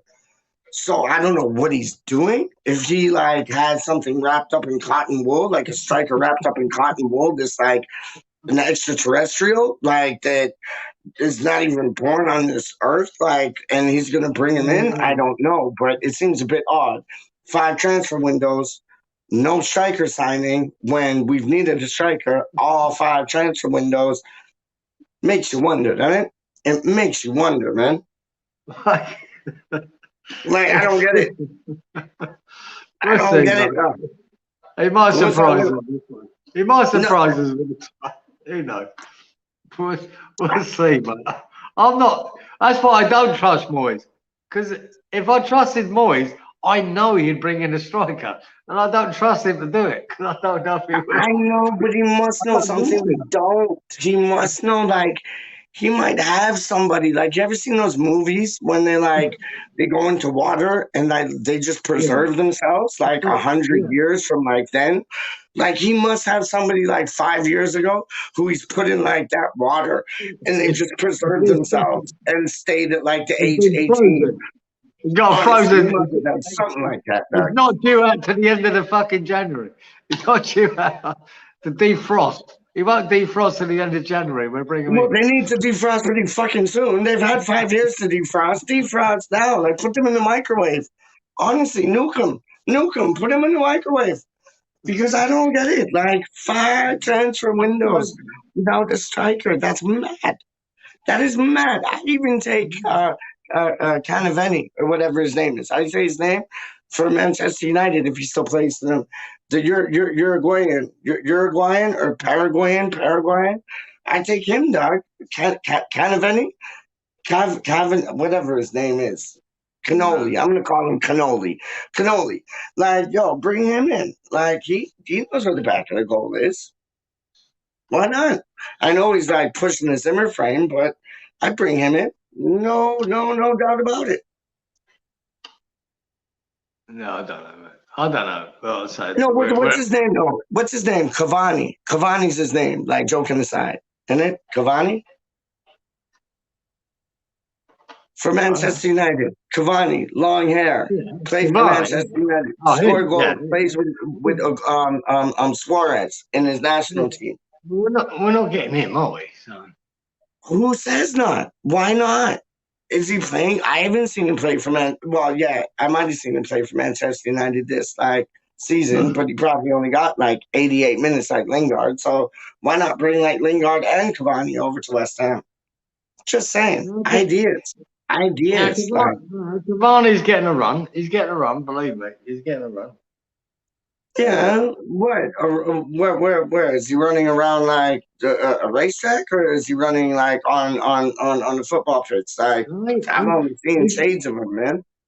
He played the other day and missed a couple of sitters. Oh, okay. So piss on Cavani. I don't want Cavani no more. Piss on Cavani. I say that. Yeah. Yo, I don't even believe I said the C word. I take that back. And the C word wasn't the Karen word, and it wasn't the one that rhymes with like blunt.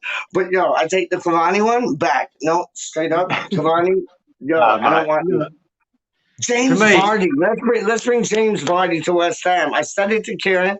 No, sorry, I said it to Clive. Clive and Kieran. Kieran and Clive live. But like, yo, Clive didn't want to hear about it. I take James Vardy in a second. In a second, Doc. Any day of the week. I would. I'd take Cavani. To be honest, I would take Cavani because he is a goal scorer, mate. No matter what he does everywhere. The boy is a natural goal scorer. Yeah. And that's what we got. I think all West Ham supporters want to see a natural goal scorer. You're right. And they're hard to find, right? Yep. They're not only hard to find, but they're hard to fit into what West Ham do, the way Moyes to play it. So it's even harder. I think Haller will score your goals. Haller will score your goals. But you've got to play a system you've got to play a system to suit Haller. Yeah. Now Moyes won't do that. We knew that straight away. We knew that was never going to happen. So it's like Karen, it's like us having Haller. He moved on and broke records in the Champions League. Let's put it up. Yeah. But let's not knock Moyes for that. No, not at all. Not at all. But it's like Kieran, you could have a player like fuck Moyes. No, but you could fucking guy. You could have a player like Ruud van Nistelrooy. And if Ruud van Nistelrooy ain't played to the system that like is the Ruud van Nistelrooy system, you ain't gonna get no goals. And that's the same thing with Haller. Like I was taking the piss out of him and downing him like every chance I got. But if you're not playing to his system and strength, you ain't gonna get the best out of him. Done. Moyes chose not to suit his team to Haller, but he wanted Haller to suit the team, which it never was gonna, right? Yeah. So we got rid of it, right? Now, that's fair enough. As a manager, that's a manager's prerogative, right? I think he made a mistake. I think he could have a little Moyes, and he could have played to his strengths, but he didn't. Right? 100, man. That's my point of view, and I think we would have seen the best of Haller there, but he was never going to do that. So we're still in this fucking walk now. After all that time of getting rid of Haller, we still haven't brought in forward. We're still waiting now, and in the last week of January, we'll still be fucking waiting. That's why I never talk about transfers. I've got no interest in them. Why they piss me off? Because of the shite that comes. Everyone was saying last week, I can see us signing Lingard. First 24 hours, Lingard will be in, and then we'll kick on. No, nothing's happened, is it? Well, we're a week in. Nothing's happened. Not surprising to me. To me, it's not surprising. I know. It is surprising for me, but you kind of put me on level ground when you said what you said, and it's like until the boy holds up the shirt, I'm a West Ham. There you go, done. We can speculate as much as we want. Nonsense, and links. When people say, "Oh, we've been linked," right? I hate this. What other channels do this, right? Yeah, we've been linked with this player. Who the fuck linked us? Who? Yeah. Some fucking 2Bob journalist or 2Bob website decided that this guy we're linked with, and they run with it, right? We're linked with him. Oh, fuck off, right? You end up with 100 links, and how many out of them 100 links do we sign? 1, 2? So 98, we're 98% wrong. So everything. Every program you produce about these links is 98% wrong. Why fucking bother? Why bother going through this bullshit? I fucking hate it. It's just nonsense. I honestly wholeheartedly agree with you. I wholeheartedly agree with you because that's not a good success rate. Not at all. No. Not at And why all. would it be? Why would it be? Because they're not actual links from the club or from Yep. Rob Newman or from fucking Moyes. They're links from Yep. some other donut who just made it up. And No. people run with it. And I Yep. just go, I Yep. don't even want to talk about it. I don't want to talk Yep. about it. I don't want to discuss it because it's nonsense, right? We're discussing nonsense to some knob. That's what I'm saying. Like it is disgusting. It's I love Lee too. That'd be fucking brilliant. yeah. Everybody loves Kieran. Kieran's like a cup of tea. I don't think that's true. No. Honestly, you're a cup of. You don't disagree with that. There you go. Whose head is big now? But it's like Kieran's like a cup of tea. You love a nice cup of tea. Kieran's like he's like honey, not vinegar. Where like me, I'm like Marmite and vinegar combined. It's like, yo, you never know what you're gonna get, and I'm Marmite and vinegar. But Kieran's like honey. Like, yo, Kieran's like a tea with honey and sugar, dog. Straight up. And I love I that think about him. a bit He's still more a like prick, though. He's still a prick, but he's West Ham Random's prick. So hands off. No, but if that's the case, no, I'll have to talk to Budgie who's going to arrange it. But Yeah, that would Shuey, be honestly, on joking aside, that would be absolutely spectacular. Honestly, that would be like, yo. We're gonna go live Saturday morning, 11 o'clock UK time. Yes. Now, if me and Budgie can do half an hour and get Stu and Lee on for 10, 15 minutes, that would be lovely. So if that's acceptable to you, Stewie and Lee, if that's acceptable to you, we'd love to do it. I'll try and arrange it, which won't be an drama arranging it with Budgie, but I'll arrange it with him. If you'd love to come up for 10 minutes, 15 minutes, mate, you know, don't want to take up too much of your time. That'd be lovely. I'll be honored if you do that. That'd be great. That'd be phenomenal. That'd be absolutely phenomenal, man. Honestly. And it would be an honor to have them on, like, because they've been on Hammers Fans United with tHa. Big up tHa. And, yo, it would be wicked if they could come on, like, West Ham Random with you guys and, like, do the football unfocused. That would be epic.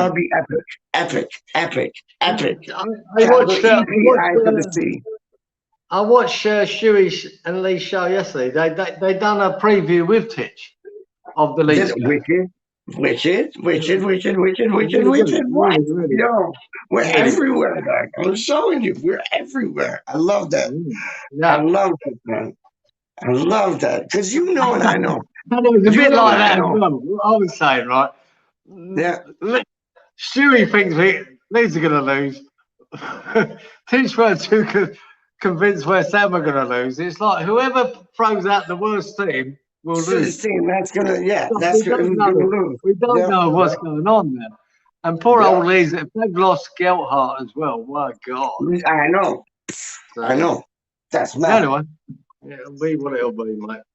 Well, I think I'll be it's good to see tHa get about because, yo, I'm not joking with everybody on this like YouTube thing. Kieran knows, and I know, and Budgie knows how busy this man is.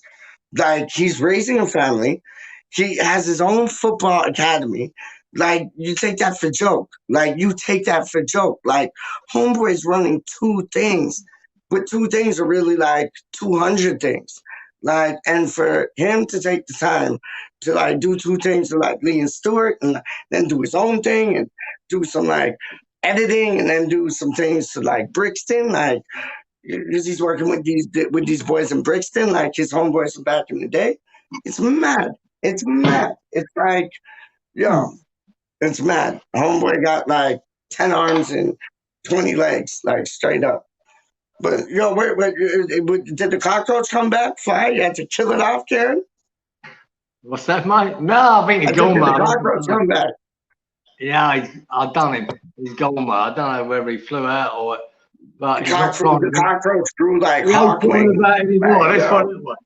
It's not flying nowhere, mate.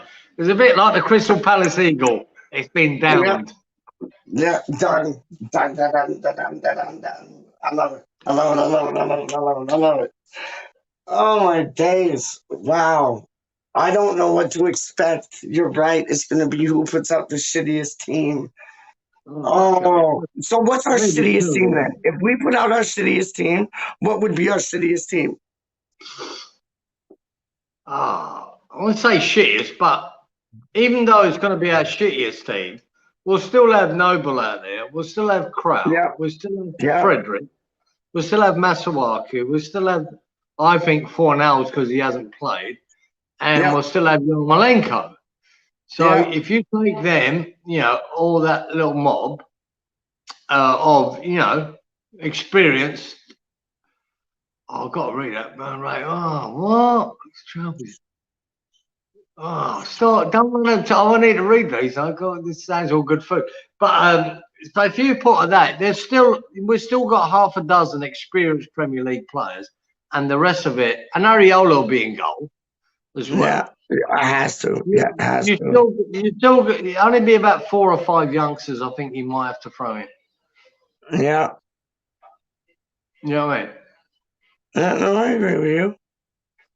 I agree with you 100. Like, not too many youngsters, but I love this. My favorite Thai food is pancake with banana, raisins, and condensed milk. Like, I don't know. I'm a sucker for tradition. Pancake with banana. So I love like the Shrove Tuesday pancakes. Like, those are my thing. Like, straight up. The Shrove Tuesday pancakes are my thing, dog. Like, Asia. Condensed milk is a big thing there. There's lots of different they use it a lot, made there with condensed milk. I've watched bloggers that do food things around. Harold Balder is a guy I watch, and this condensed milk thing, they reckon it's fabulous in some of the drinks they make in Asia. So yeah, he's talking about a food thing though. He's talking like pancake things. Pad Thai is my go-to when I can't think of it. No, Pad Thai is no. So what, do you like, if you have the Pad Thai, are you like chicken and shrimping it, or like just one or the other? I like, recently I've been having it with duck. So. Oh, I love duck. Duck's a good meat, duck. Duck is a good meat. Cooked right, it's like rabbit. It's tender. Oh yeah, give me some duck. Yes, please. Yeah, but I do like chicken. I do like beef, but the Pad Thai over this fucking place, it's a very average Thai place, right, from my local, and the chicken is very dry and very, it's pretty average, man. So that's why I went for the duck, and it was a lot better. You ever had what's it called, curry duck? No, because I like duck that much. I like duck that much. I wouldn't put curry on it. I just like no. You put like a West Indian, not an East Indian, but a West Indian like curry paste, like when you're cooking the duck. Oh my days! Not only does it tenderize it, it just it tastes off the. I went out with this girl who was like she was from Guyana, and like her mom cooked the best curry duck. I kid you not, like melts in your mouth. It's like lamb. Oh, absolutely lovely, man. Yes. I grew up with Indians, Peach, right? Indian food, right? But my favorite, if I go to an Indian now, I get goat all the time. That's Me too. I love goat. Me too. But okay, you have like rotis up there, right? It's like the East Indian, they call it like naan bread or whatever, but it's like roti. No, we've got naan bread and rotis. We've got naan bread, rotis, and parathas, right? So yes, the parathas, dope. So this one you get a roti and you have like the goat in it. But instead of getting potato in it with the goat, sub the potato for pumpkin. Absolutely lovely, like the pumpkin and the goat together with like an extra bit of gravy. Some hot fries. 7-10, man. In the last couple of years, I've fallen in love with goat meat more so than lamb was my favorite before that, but now it's goat. I mean, goat is lovely. Goat is absolutely to die. And there's a certain taste about goat, like. When cooked right, there's no fat on it. and it's No, just it's really lean meat, mate. It's really nice lean meat. it needs to be braised though, braised or slow cooked. Like it's just so when you eat it, it Sometimes, just melts in your mouth. sometimes the horns can get in your eyes, but Oh, piss off, piss off, piss off this guy.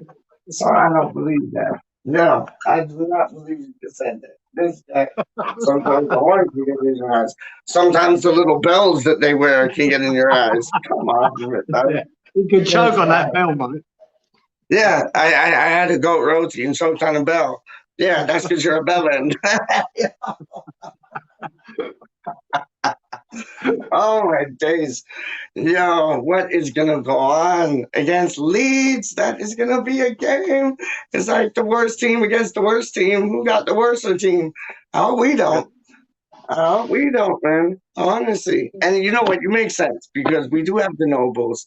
I'd like to see Prowl get a shout. The defense, I'd love to see like everybody you mentioned, from like Diop staying in, Alisi, have Fredericks and Matsuaku, both sides bombing back and forth. Yes, please. Tell you what, don't. What's up? I know this is a long shot here, but Yeah, they've go on. Connor Coventry's come back into the fold, didn't he? So you never know. You're right. You're right. He could be out there with Noble, Crow, and Coventry. You never know, mate. Yeah. You might see him on the pitch. Yes. Yes. Because he went to Peterborough, didn't he? So like he's come back. Yeah. Oh, I fully forgot he came back. The only thing about that is he couldn't get a game. He couldn't get a game at Peterborough, so that doesn't ring, really good. It doesn't. I know, but didn't he have such a brilliant preseason? Like he was one player that I was really excited to see this season. When we were up in Scotland, he was one of the St Andrews. I was surprised we loaned him out. He was doing quite well in that season, even though I don't take too much from the preseason, but for a young lad, it's nice to see him do well, and he did do well. He looked good. And then gone to Peterborough, but he's not even getting any fucking game time there. So it doesn't bode well when you go to Peterborough and you're not first starter. I know, but it's different in it. Like we sent that boy Oxford, Reese Oxford to Mock and Gladbach or whatever. He didn't really get no game time. And it's like, I think there was a reason for that. I think he had a chip on his shoulder. He had an attitude problem. He was full of himself after that Arsenal game where he was supposed to be the next big thing. About Coventry, though, have we? We've not heard about that about him, is it? I mean, you know what I'm saying? I think that's what I'm saying. I think Connor not getting game time isn't about attitude or playing or anything like them things. I just think maybe, I don't know what, like maybe he just, you know how some teams, Karen, no, but you know how some teams, Karen, like the faces don't fit. Like you had some more in the Spurs side, he couldn't get a match. Sometimes faces don't fit. Like Mata at Man United, he can't get game time. His face don't fit. It's like sometimes faces don't fit. Believe that. No, I don't believe that. I think if you're good enough, I 100% believe that. I've seen it too many times. If the manager don't like you, if you're fucking good enough, you're playing. Right? Okay, so what happened to Zarate then? Zarate was gold, and we like hardly played him. Like, what was up with that? His face didn't fit. He went to Watford. His face fit, like straight up. You've got a coaching team there, and that's what I'm saying. Like anyway, if you've got a coaching team at Peterborough and a manager, and they say, "Look at Coventry, man, he's not good enough for our first team." What does that say? What does that say about him? No, he's not good enough for Peterborough. No, but I don't know. Fucking hell, how's he ever gonna play for West Ham in the Premier League? Because his face might fit. It's worrying. All I'm saying is it's worrying. It's worrying that he couldn't get a game there. Like who's a player that like went to one club and played for them, but the club he was at before, he couldn't even like get looked in. He wouldn't even get a look in. Like who's a player like that and did big things? Like maybe DiCanio. Like DiCanio before he came to us, he wasn't getting a look in. He came to us. Next big thing, crazy sensation. Like, no, honest. Like, think about it. Like, it's a bit different with Di Canio. No, He but killed right now, but Di right now Canio you got no, Di but Canio right now killed the referee, didn't he, and stamped on his head. So there was a bit different. I see nothing, hear nothing, know nothing, talk nothing. But like, yo, what about like who else, man? Who else like they beat up one club, wouldn't get any game time whatsoever. They go to an next club, get game time, and That's nothing.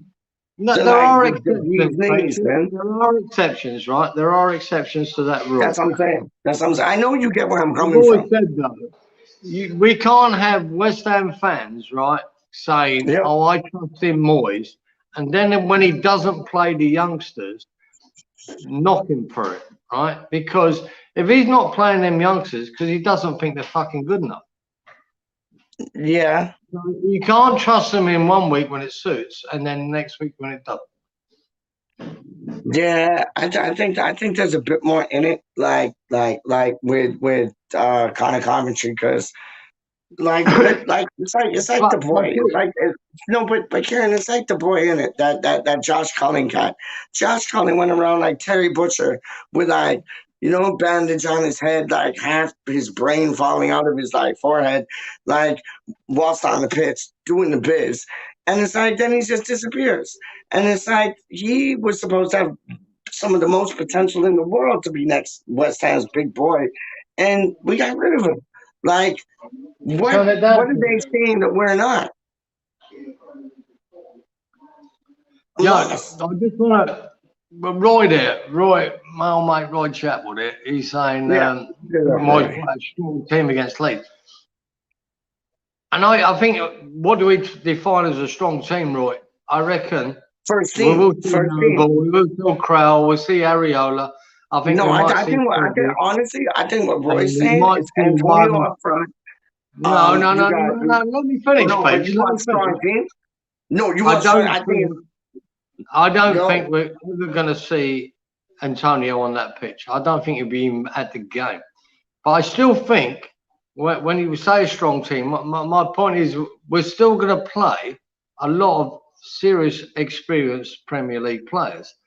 And we're going to have Areola, we're going to have Fredericks, we're going to have Masuaku, we're going to have, I think, Diop, not Dawson.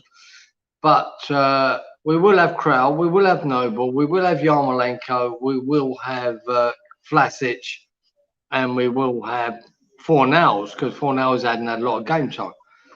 So, and I think the rest of it will be made up with whatever. So, would you regard that? I think that is a strong team against what Leeds are going to have to put out. Because I think that's the secondary team still. But I think that's the secondary team. I do believe it's going to be a secondary team, Peach, but I still think it's a strong team against what Leeds have got. No doubt. But if we're doing what Roy says, picks, like if he thinks Antonio will play or Rice or Suchek, I'll be amazed. I'll be amazed if they do. Yeah, and that's what I'm saying. Like if Roy's saying like first team things, you're talking Rice, you're talking Suchek, you're talking Antonio, Bowen, Ben Rama, Fornals. But if you had Bowen, Ben Rama, Fornals, you give me Lanzini a bit of a break. He's not a spring chicken no more. And then I agree with you. Like, I still consider this like first team. If you had Fredericks, Matsuaku, each side, 3 at the back, but then that you'd have to take somebody out of like the front 4 and make it the front 3. But like, we'll see. We'll see. That. I could be completely wrong, and Royce. We both could be, because I really don't know. I'm so confused about this fixture because of Norwich. Because that game got rearranged to the midweek, the Norwich game. It's a rescheduled. I think that changes things, and that we got to have one eye on that. So that's why. When do we play Norwich? After we play Leeds, when do we play Norwich, Kieran? Wednesday or whatever. It's on the Wednesday. So what you got like Monday, Tuesday? You got like 2 days and then play. Yeah, that's what I'm saying. That's why we weren't meant to do that. We weren't meant to do that because the Norwich game was scheduled. Yeah. And I think that changes things. So that's why I don't think we'll have a strong team, but not a first team. We'll have a mixture like a Europa team. It's going to be like that. Or will Moyes go full out for this FA Cup thing and be like, Norwich is just like secondary, so we could put a secondary side against them. Like this will be interesting, Shane. No. This will be interesting. I know, but listen. If we get 3 points against Norwich. No, but that'll be 35, 36, 37. That'll be like, 8, 9. That means we're like 6 points away from safety in January. I love it. But it's like, basically you got like, Moyes might be like, you know what? I'll put first team against Leeds, and then I'll take it easy against Norwich because they're already struggling. We get 1 goal, 2 goal. As long as we don't go 3-0 up by halftime, we're good. I wouldn't be surprised if he switches things and goes for the FA Cup match and then just kind of takes his foot off the gas for the Leeds for the Norwich match. I would not be surprised. Honestly. Like Moyes has proved in the past, guys, that he can put a second string team out and still win. He done it against Man City. He done it against Man United. So why wouldn't he do it against his Leeds team? Why wouldn't he? I don't know. Maybe he feels more confident like beating Norwich with like a half-ass team selected than he does beating Leeds with a half-ass team selected. I don't know. It's going to be interesting. This is a funny one. This is a funny one. Tyler Paul's doing a video about bugs like that, mate. That'll be good. What's that, man? I do like the bugs, man. I love them. That'd be good. What? Tyler? Oh, the bugs. I want those bugs. The Morton bugs, whatever they're called from Australia. I want them. The ones that are like crab. Well, Paul's probably got the same, right? We call them Moreton Bay bugs here because Moreton Bay's just out here. But in Thailand, they're just called bugs, mate.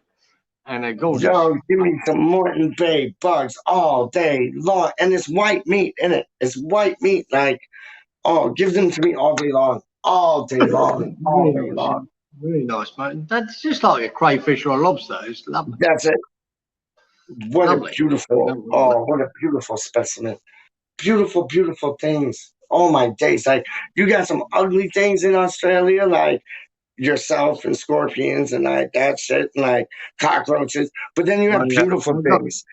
But then you have beautiful things. Like when I visit, and then you have beautiful things like the Moreton Bay bugs. You got beautiful things like what's the name? Kylie Minogue. You got beautiful things. Lovely. And some ugly ass things still, but I want a Moreton Bay bug, dog. All I want for Christmas is a Moreton Bay bug. A Moreton Bay bug. A Moreton Bay bug. All I want for Christmas is a Moreton Bay bug. When Paul does this video, when he goes to this market and does one about the bugs, you'll see exactly what he does, how they cook it. Normally, to me, we've just boiled them for 20 minutes or 15 minutes.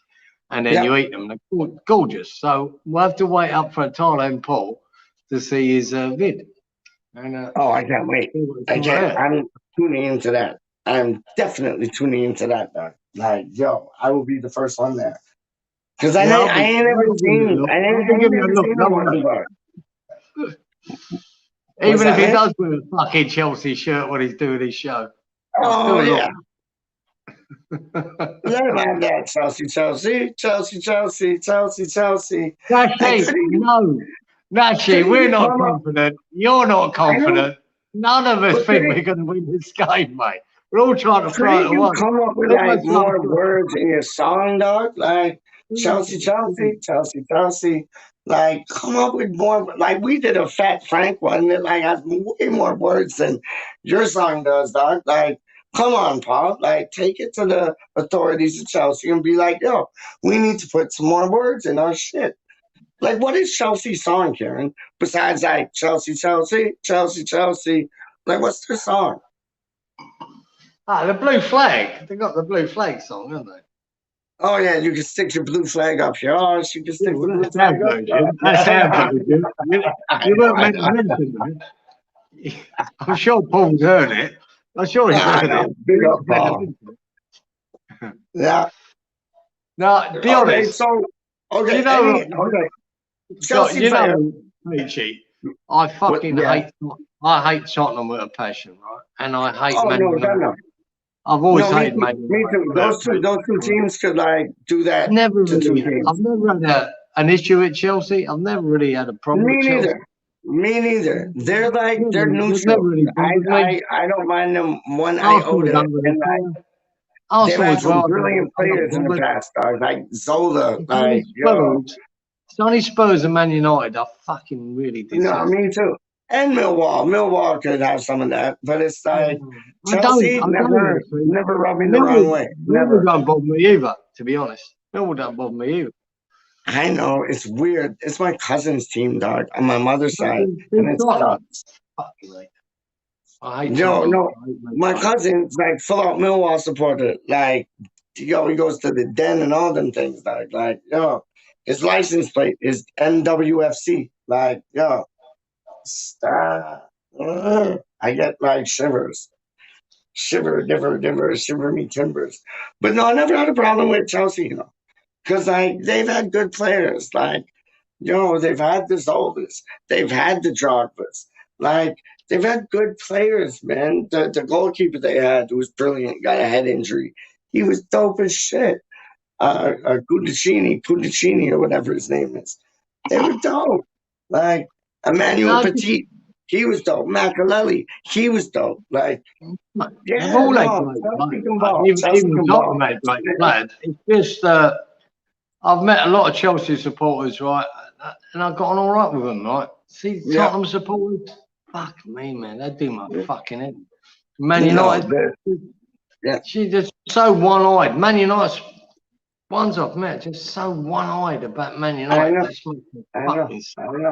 And they both did the same fucking song. Yeah. No, I know that. I hear you. No, but I've had experiences with Tottenham, and I've had experiences with Man United fans as well. So that's probably one of the things I fucking hate them even more. No.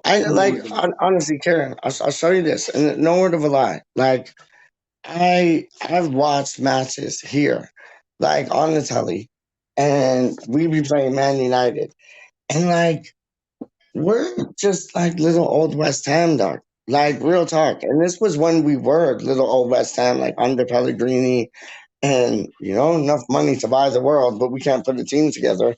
And it's like, I remember us playing them, Karen, and like they were like we had a few Manchester United supporters watching it with me, and like you had me, my father, and like a few West Ham supporters watching it with me. And when they scored, it was like they won. Like, it was like a cup tie.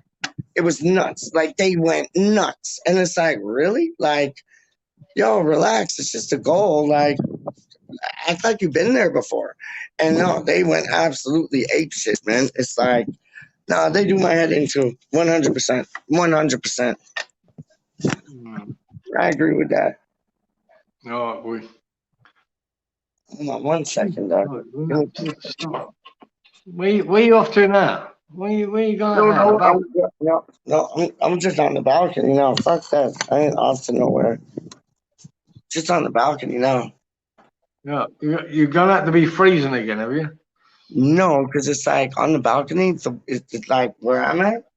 The sun's out and it stops the wind, so I'm in a good space. Oh well. Yeah, well, we're gonna have to. I'll knock on the head soon anyway, mate. It's getting a bit fucking late. Okay, well, listen, you go have a kip, and I'm probably gonna do a stream later. I don't know what it'll be about, but I like this one, like the best is yet to come from Antonio. I like that, and we kind of went on a rant, but no, I like the best is yet to come from Antonio. I think it is. Final thoughts. Best is yet to come from Antonio. You think it is? What was the best question? Is yet to come from Antonio. I'm hoping so. Yeah, me too, mate. Me too. I think. I think. I wouldn't say he's going to excel any better than he is, but I still think he's going to have a goal tally this year than he's ever had. No, I agree with that. So that's a start, isn't it? With Yeah. Antonio. I think we're going to have the best goals tally of a season we've ever had out of him. And Yeah. why couldn't he carry on next year? I think Yeah. we all hope he's got competition. We'd like to. Hopefully, he's got competition after this window, but none of us are sure, are we? None of us are No. sure, to be fair. No. But it'd be nice if he has.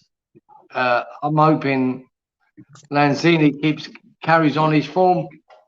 And well, like I say, this FA Cup game to me is not a priority. It's neither here nor there. Whether we win, lose, I don't know what the format is. Peachy, do you? Does this go to extra time? Does it go to penalties? Does it? I think it goes right to penalties. In the replay. No, I think it goes right to penalties. So if it's drawn at full time, it'll just go straight to penalties, like the Man City one did. Is there extra time? I don't think so. I'm not 100%, but I don't think so. I don't know the rules of this one, but I'm not bothered. Remember what was it? Remember Man City? Man City, we played, and it went straight from like normal time to penalties. Oh, it must be that. It must be that. So. That's what I'm thinking. That's what I'm thinking, man. Honestly, that is what I'm thinking. Hopefully, I'm right. I might be wrong, but yeah. Let me just. Somebody might have put it in the comments at the bottom. Holy shit! So many comments. I didn't get through like half of them. Hold on. Mementos. Oh, yeah. Roy was saying that's good. Stuart, I wish him well. Whatever decisions he makes in life, it's about being happy. Yes. tHa, yes. Don't just put them up. So give me a chance to read them. Yeah, I'm sorry, man. Hold on. Give me 2 seconds. Okay. Let's start off with was Lee. Big up Lee saying what's up to Roy. And then this was Gaza. If he brings in Lingard and then we won't get a striker. Do you agree with that or no? Possibly. Because he can act as a striker as well as an attacking midfielder, correct? That's what he did last time. What he did last time. So Gaza could be right. He might not. What I'd like to see is both, but whether he will, I don't know. And Robbie P saying basically like he agrees, like that's the cheap way out, and I agree with that. Yeah, it is a cheap way out. 100%. Mementos. Roy is in the building saying what up to Luke. Robbie P. They didn't want fingers burnt on toast. And Rob's right. They don't. They've been burnt before. They've been burnt before, and it don't want to happen again. And he's got a point there. 100% does he? But sooner or later, you've got to pick the right man, and you don't get your fingers burnt. And that's why that Rob Newman's been brought in. Yeah, I agree. The other guy. You know what I mean? That's what they're there for, to give us the right striker. The other guy's name, but yeah. And we bought the right striker. No, I agree with you, man. I agree with you. Lee's saying, what's up to Roy? Roy is saying, what's up to Lee? Lee is saying, what's up to Roy again? But he called him Foy. Right? I'm very well, mate. Big up everybody, Doc. Lee doesn't want to go back to college at Roy, West Ham United Chapel, because he doesn't want to get a job in a charity shop for a couple of days a week hearing people. I don't blame him. I don't blame him, Doc. I do not blame him. Paul is trying to promote affordable food in Bangkok under £3 a dish, including a drink, and is supporting food banks. I love that. I love that. Yeah. I love that. I love that. That is so tasty. So tasty, man. Hold on. Let me just do all that. And what he's doing, he's eating cracking food on the strength of it too. What a fucking job. Yeah. Can't get better than that, mate. You cannot get better than that, honestly. Let's see here. Hold on. Right. That's good. Stuart, I wish him, does that say? Whatever Wish him decision. whatever decision he Yeah. makes in life, it's all about being happy. And you're right, Happy boy. days. I love that. I love that. I love that. Millwall are proud of their 80s collaborations with West Ham. They want to put raves on without us taking their sound system. I like that. I like that. I like that. I like that. Yeah, they are in the conference, bastards. It's all about the youth and football 100%. Lee said thank you to Roy. You're welcome, Lee. Shining G's in the place to be. Thailand Paul. Respect me. Johnny? Big up, Shiny. There's only one Shiny G. One Shiny G. There's only one Shiny G. All right, Kieran, what's the time over there, dog? It's 12:30, yeah. Flipping hell. Replacing the FA Cup. This is what we've been wanting. Replacing the FA Cup. Go extra time, then penalties. Thank you, Helen. Thank God somebody knows what we're talking about. Helen knows. It's always letters, dog. It's always letters. Straight up letters. Extra time, then pens, which I thought might be the case, but you told me it weren't. But well done, Helen. You know what I was thinking of? Some sense around here. Someone's got it. And Helen Ludders has got it. Thank you, Helen. Where's he gone now? He's fallen off the balcony. Fuck him. Yo, you know what I was thinking of? The League Cup, Carabao Cup. That's what I was thinking of, man. I know you were. I know. I know. It might have been the same. It could have been the same scenario, but obviously it's not. No, I'm just a flipping donut, dog. Like I'm a donut with like glazed like cream on the top, like filled with raspberry jam. Trust me, I donutted that. But it's like, yeah, that was the Carabao Cup. So FA, totally different rules. Big up leathers. Exactly. Thank God somebody knows something. We know. Yeah, at least I know. We're shit. We know. This is probably the first time actually that I've never been, in the FA Cup. I'm not that bothered. Nah. Yeah, I hear you. Probably the first time ever. Because we got a good team. That's why we got a good squad. Like honestly, I just think Europa and the league position is more important. Well, yeah, Europa because we get Champions League, don't we? Like, we've got a weakened squad at the moment. With the injuries, so I just not sure that I'm bothered about the FA Cup. That's the first time I've ever said that. But you'd like to win it, though. Come on, you'd love to win the FA Cup, man. Like that would be a nice day out, man. Like it's my favourite trophy to win, mate. My favourite. If you gave me a choice, would I rather win the FA Cup or Europa? I'd rather win the FA Cup. That's my choice. Yeah. I really would. I'd rather win that than any other cup in the world because it means so much to me, and I got to see the 1980 FA Cup final, so I know what it's like to win at an FA Cup final at Wembley, and it's what a feeling!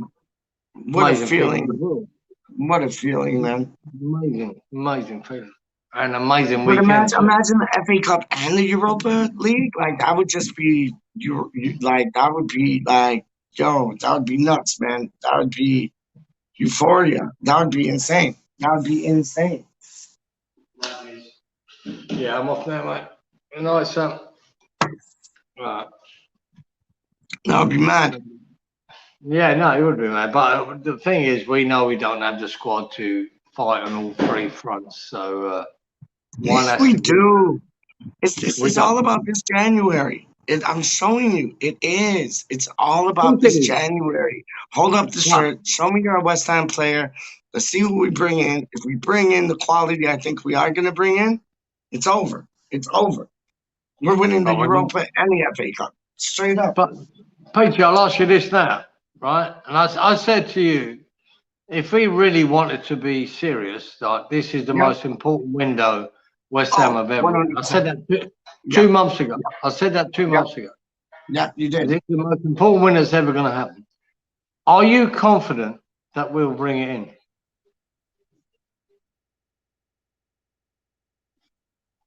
Yes. I'm not at all. I am. I know, but you know why you're not, Kieran? Is because of the past. That's why you're not, and I understand that, and I respect that. But I think we turned the corner. Why are we bringing these people in to do those jobs? Why are we bringing these people in to do those jobs? We brought Kaczynski in. We brought Newman in. We brought the other boy in. They're not just going there to twiddle their thumbs and like sit there. They're going there to do a flipping job.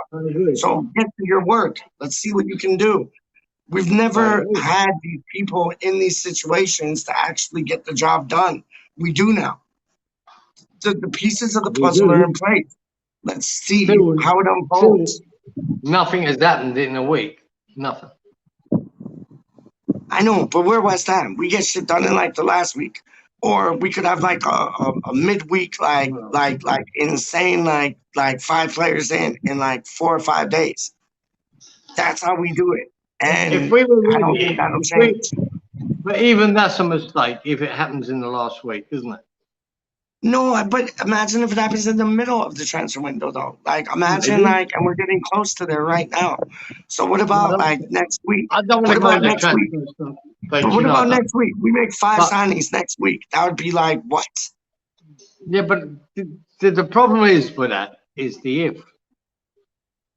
I know. I'm not sure. On both sides of the story. I'm not sure we're going to get 2. I really not. I'm not confident. I'm not confident that we're going to sign more than 2. I think we will. I think it's going to be 4 or more. Honestly, I really think it's going to be not 4 or more, 4 and more. I think it's going to be 4 and more. Really do. Really, really do. Well, I thought that a month ago. I think it's going to happen fast. I think it's going to happen fast, Kieran. Honestly, I think it's going to happen fast. Like, we get 1 player in, 2 player in, and then before you know it, like, 3 on the same day or some shit like that? All of a sudden, we're at 5. Like, I think it's going to happen fast. I really do. I really do. And I think that Newman has all the tools intact to, like, do this. I think Newman has all the tools intact to do this. They're working behind the scenes. We're not the same West Ham where we're whatchamacallit, like telegraphing basically, like, oh, we're gonna sign this person, that person, that person, this person. We're not doing that. So don't be surprised if we sign like 4 or 5 players who you've never even flipping been linked with us. And like it's just like bing, bing, bing, bing, bing, bing. That would be my favorite transfer window. To everybody. That would be my favorite transfer window, because then that would mean like we mean business. And I can see us doing that. I really can. We have to wait and see. No, say it might happen. What I'm saying is I'm not confident that it's going to happen. I know, but that's the old West Ham talking. That's the old West Ham talking. I don't listen to any of these transfer rumors, or I don't watch any of the transfer shows that all the other channels do. I don't want to listen to it. I don't want to listen to it. I want to hear when it's happening, and I don't want to listen to who we're linked with and who we're not linked with. It just bores me. It bores the shit. I agree with you. I agree with you. And I'd love it to just happen like and I hope it does. I hope it does. I hope in like the middle of the 2 weeks in the January transfer window, we just get the job done. And we got a new left back. We got a nice center half. We got like 2 strikers up front. Lingard comes back. Yes, please. I'm happy. Like hammer it. Straight up. We'd all be happy with that, man. We'd all be happy. I mean, we'd all be happy. Yeah, we'd be doing cartwheels. We'd be doing what is it? Mortal Kombat like celebrations. Real talk. Then there's no excuse not to push on then, and then we might give it a punt. And if we don't achieve it, it weren't for the not for the case of trying. We did try. But if we don't get them players in, when we know them 6 is probably best we can do. Yeah, but I think something big's gonna happen. I think we're all gonna be surprised. I'm hoping. Last is half full. So I want a surprise. You know what I mean? I want to be surprised. So we need a surprise. As a football club, Karen, we need a surprise. We need like a shake. We need a shake where it's like, whoa, didn't see that coming. We need that. We need to be blindsided as supporters where shit's just like on our way. Oh, like happy day. I'm gonna do one, son. And yes, thanks for everyone in the chat. Really appreciate everybody in the chat. Big yourself up. The disabled team. We'll get a hold of you, West Ham Random. We'll get a hold of you. Get you on the Football Unfocused on Saturday, so you can have a talk with Kieran and Clive, and get Lee and Stuart up in there. Still is up in the mix. Yeah. Bring her through. Lovely. And again, Happy Hammerette from the bottom of her heart. Thanks you so much for your gesture and just how big your heart is. Like, you have the heart of a lion, Stuart, and your whole family does. And Happy Hammerette realizes that, knows that, and yeah, she asked me to give you a thank you, and just she wanted to show her love to you for your gesture. Thanks, Helen, for the information, for the actual stats, so we know nothing. Yeah. Like, kick me off the show. Bring her on, because she knows more shit than I do. Straight up, like, and me. Big up, brothers. Big up yourself while you're at it, dog. All right, we're out. I'm gonna do the Charlie boy, and then I'm gonna get gone. Karen, it was a pleasure as always. I will talk to you probably later today. It's later tonight. So I will talk to you tomorrow. I'm to bed now, boys. So you won't be seeing me in the next 7 hours, 8 hours. That's what I'm saying. You do what you do, boy. I get up. Talk to you next time, man. All right, mate. Listen, always a pleasure. Love you to pieces. Have a good night, Kip. And everybody on the hashtag sing your dialect. Declan, take it.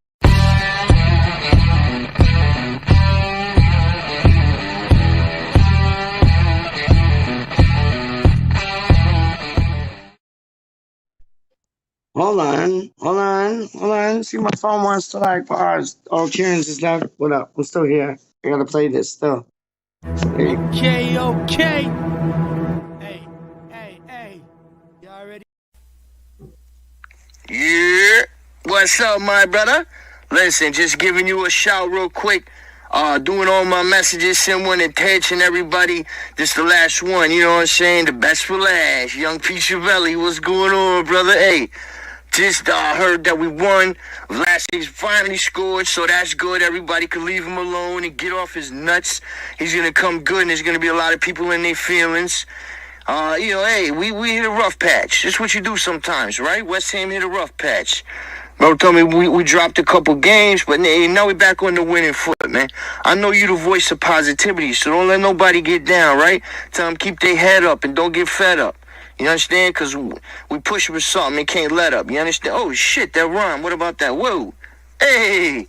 Anyways, listen, you know how we do. We rhyme, we don't even mean to. That's the vibes. But, yo, much love, man. Show my love to everybody. Let me see if I could go through the names real quick. Of course, you, Peach, Actors, Bex, Uncle Wally, Uncle Kieran, Lawrence from Alabama. And they almost beat Auburn. Almost beat Alabama too. Who else? I can't remember everybody, man. Gaza.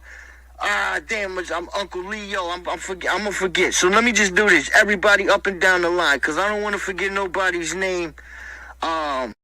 Bro said I forgot somebody one time. Who was it? Oh, Franco. Hey, tell Franco much love, man. Love Franco. I ain't mean to forget him out, man. So make sure Franco gonna get a big one. Freaky Franco, you heard?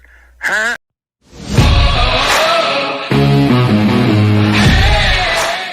Welcome to probably the last ever episode of the Franklin Peach Show, because Peach can't get here on time. And I told him, if he can't get here on time, then I'm done. I ain't got time for this. This isn't how it works, son. I ain't got. I want these guys don't even know what I'm talking about. Yo, Rice or Henderson?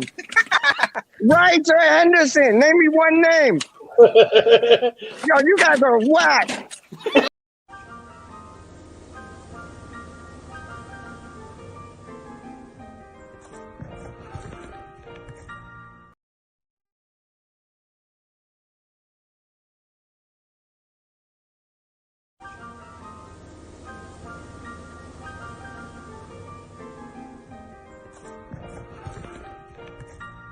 We are fucking massive.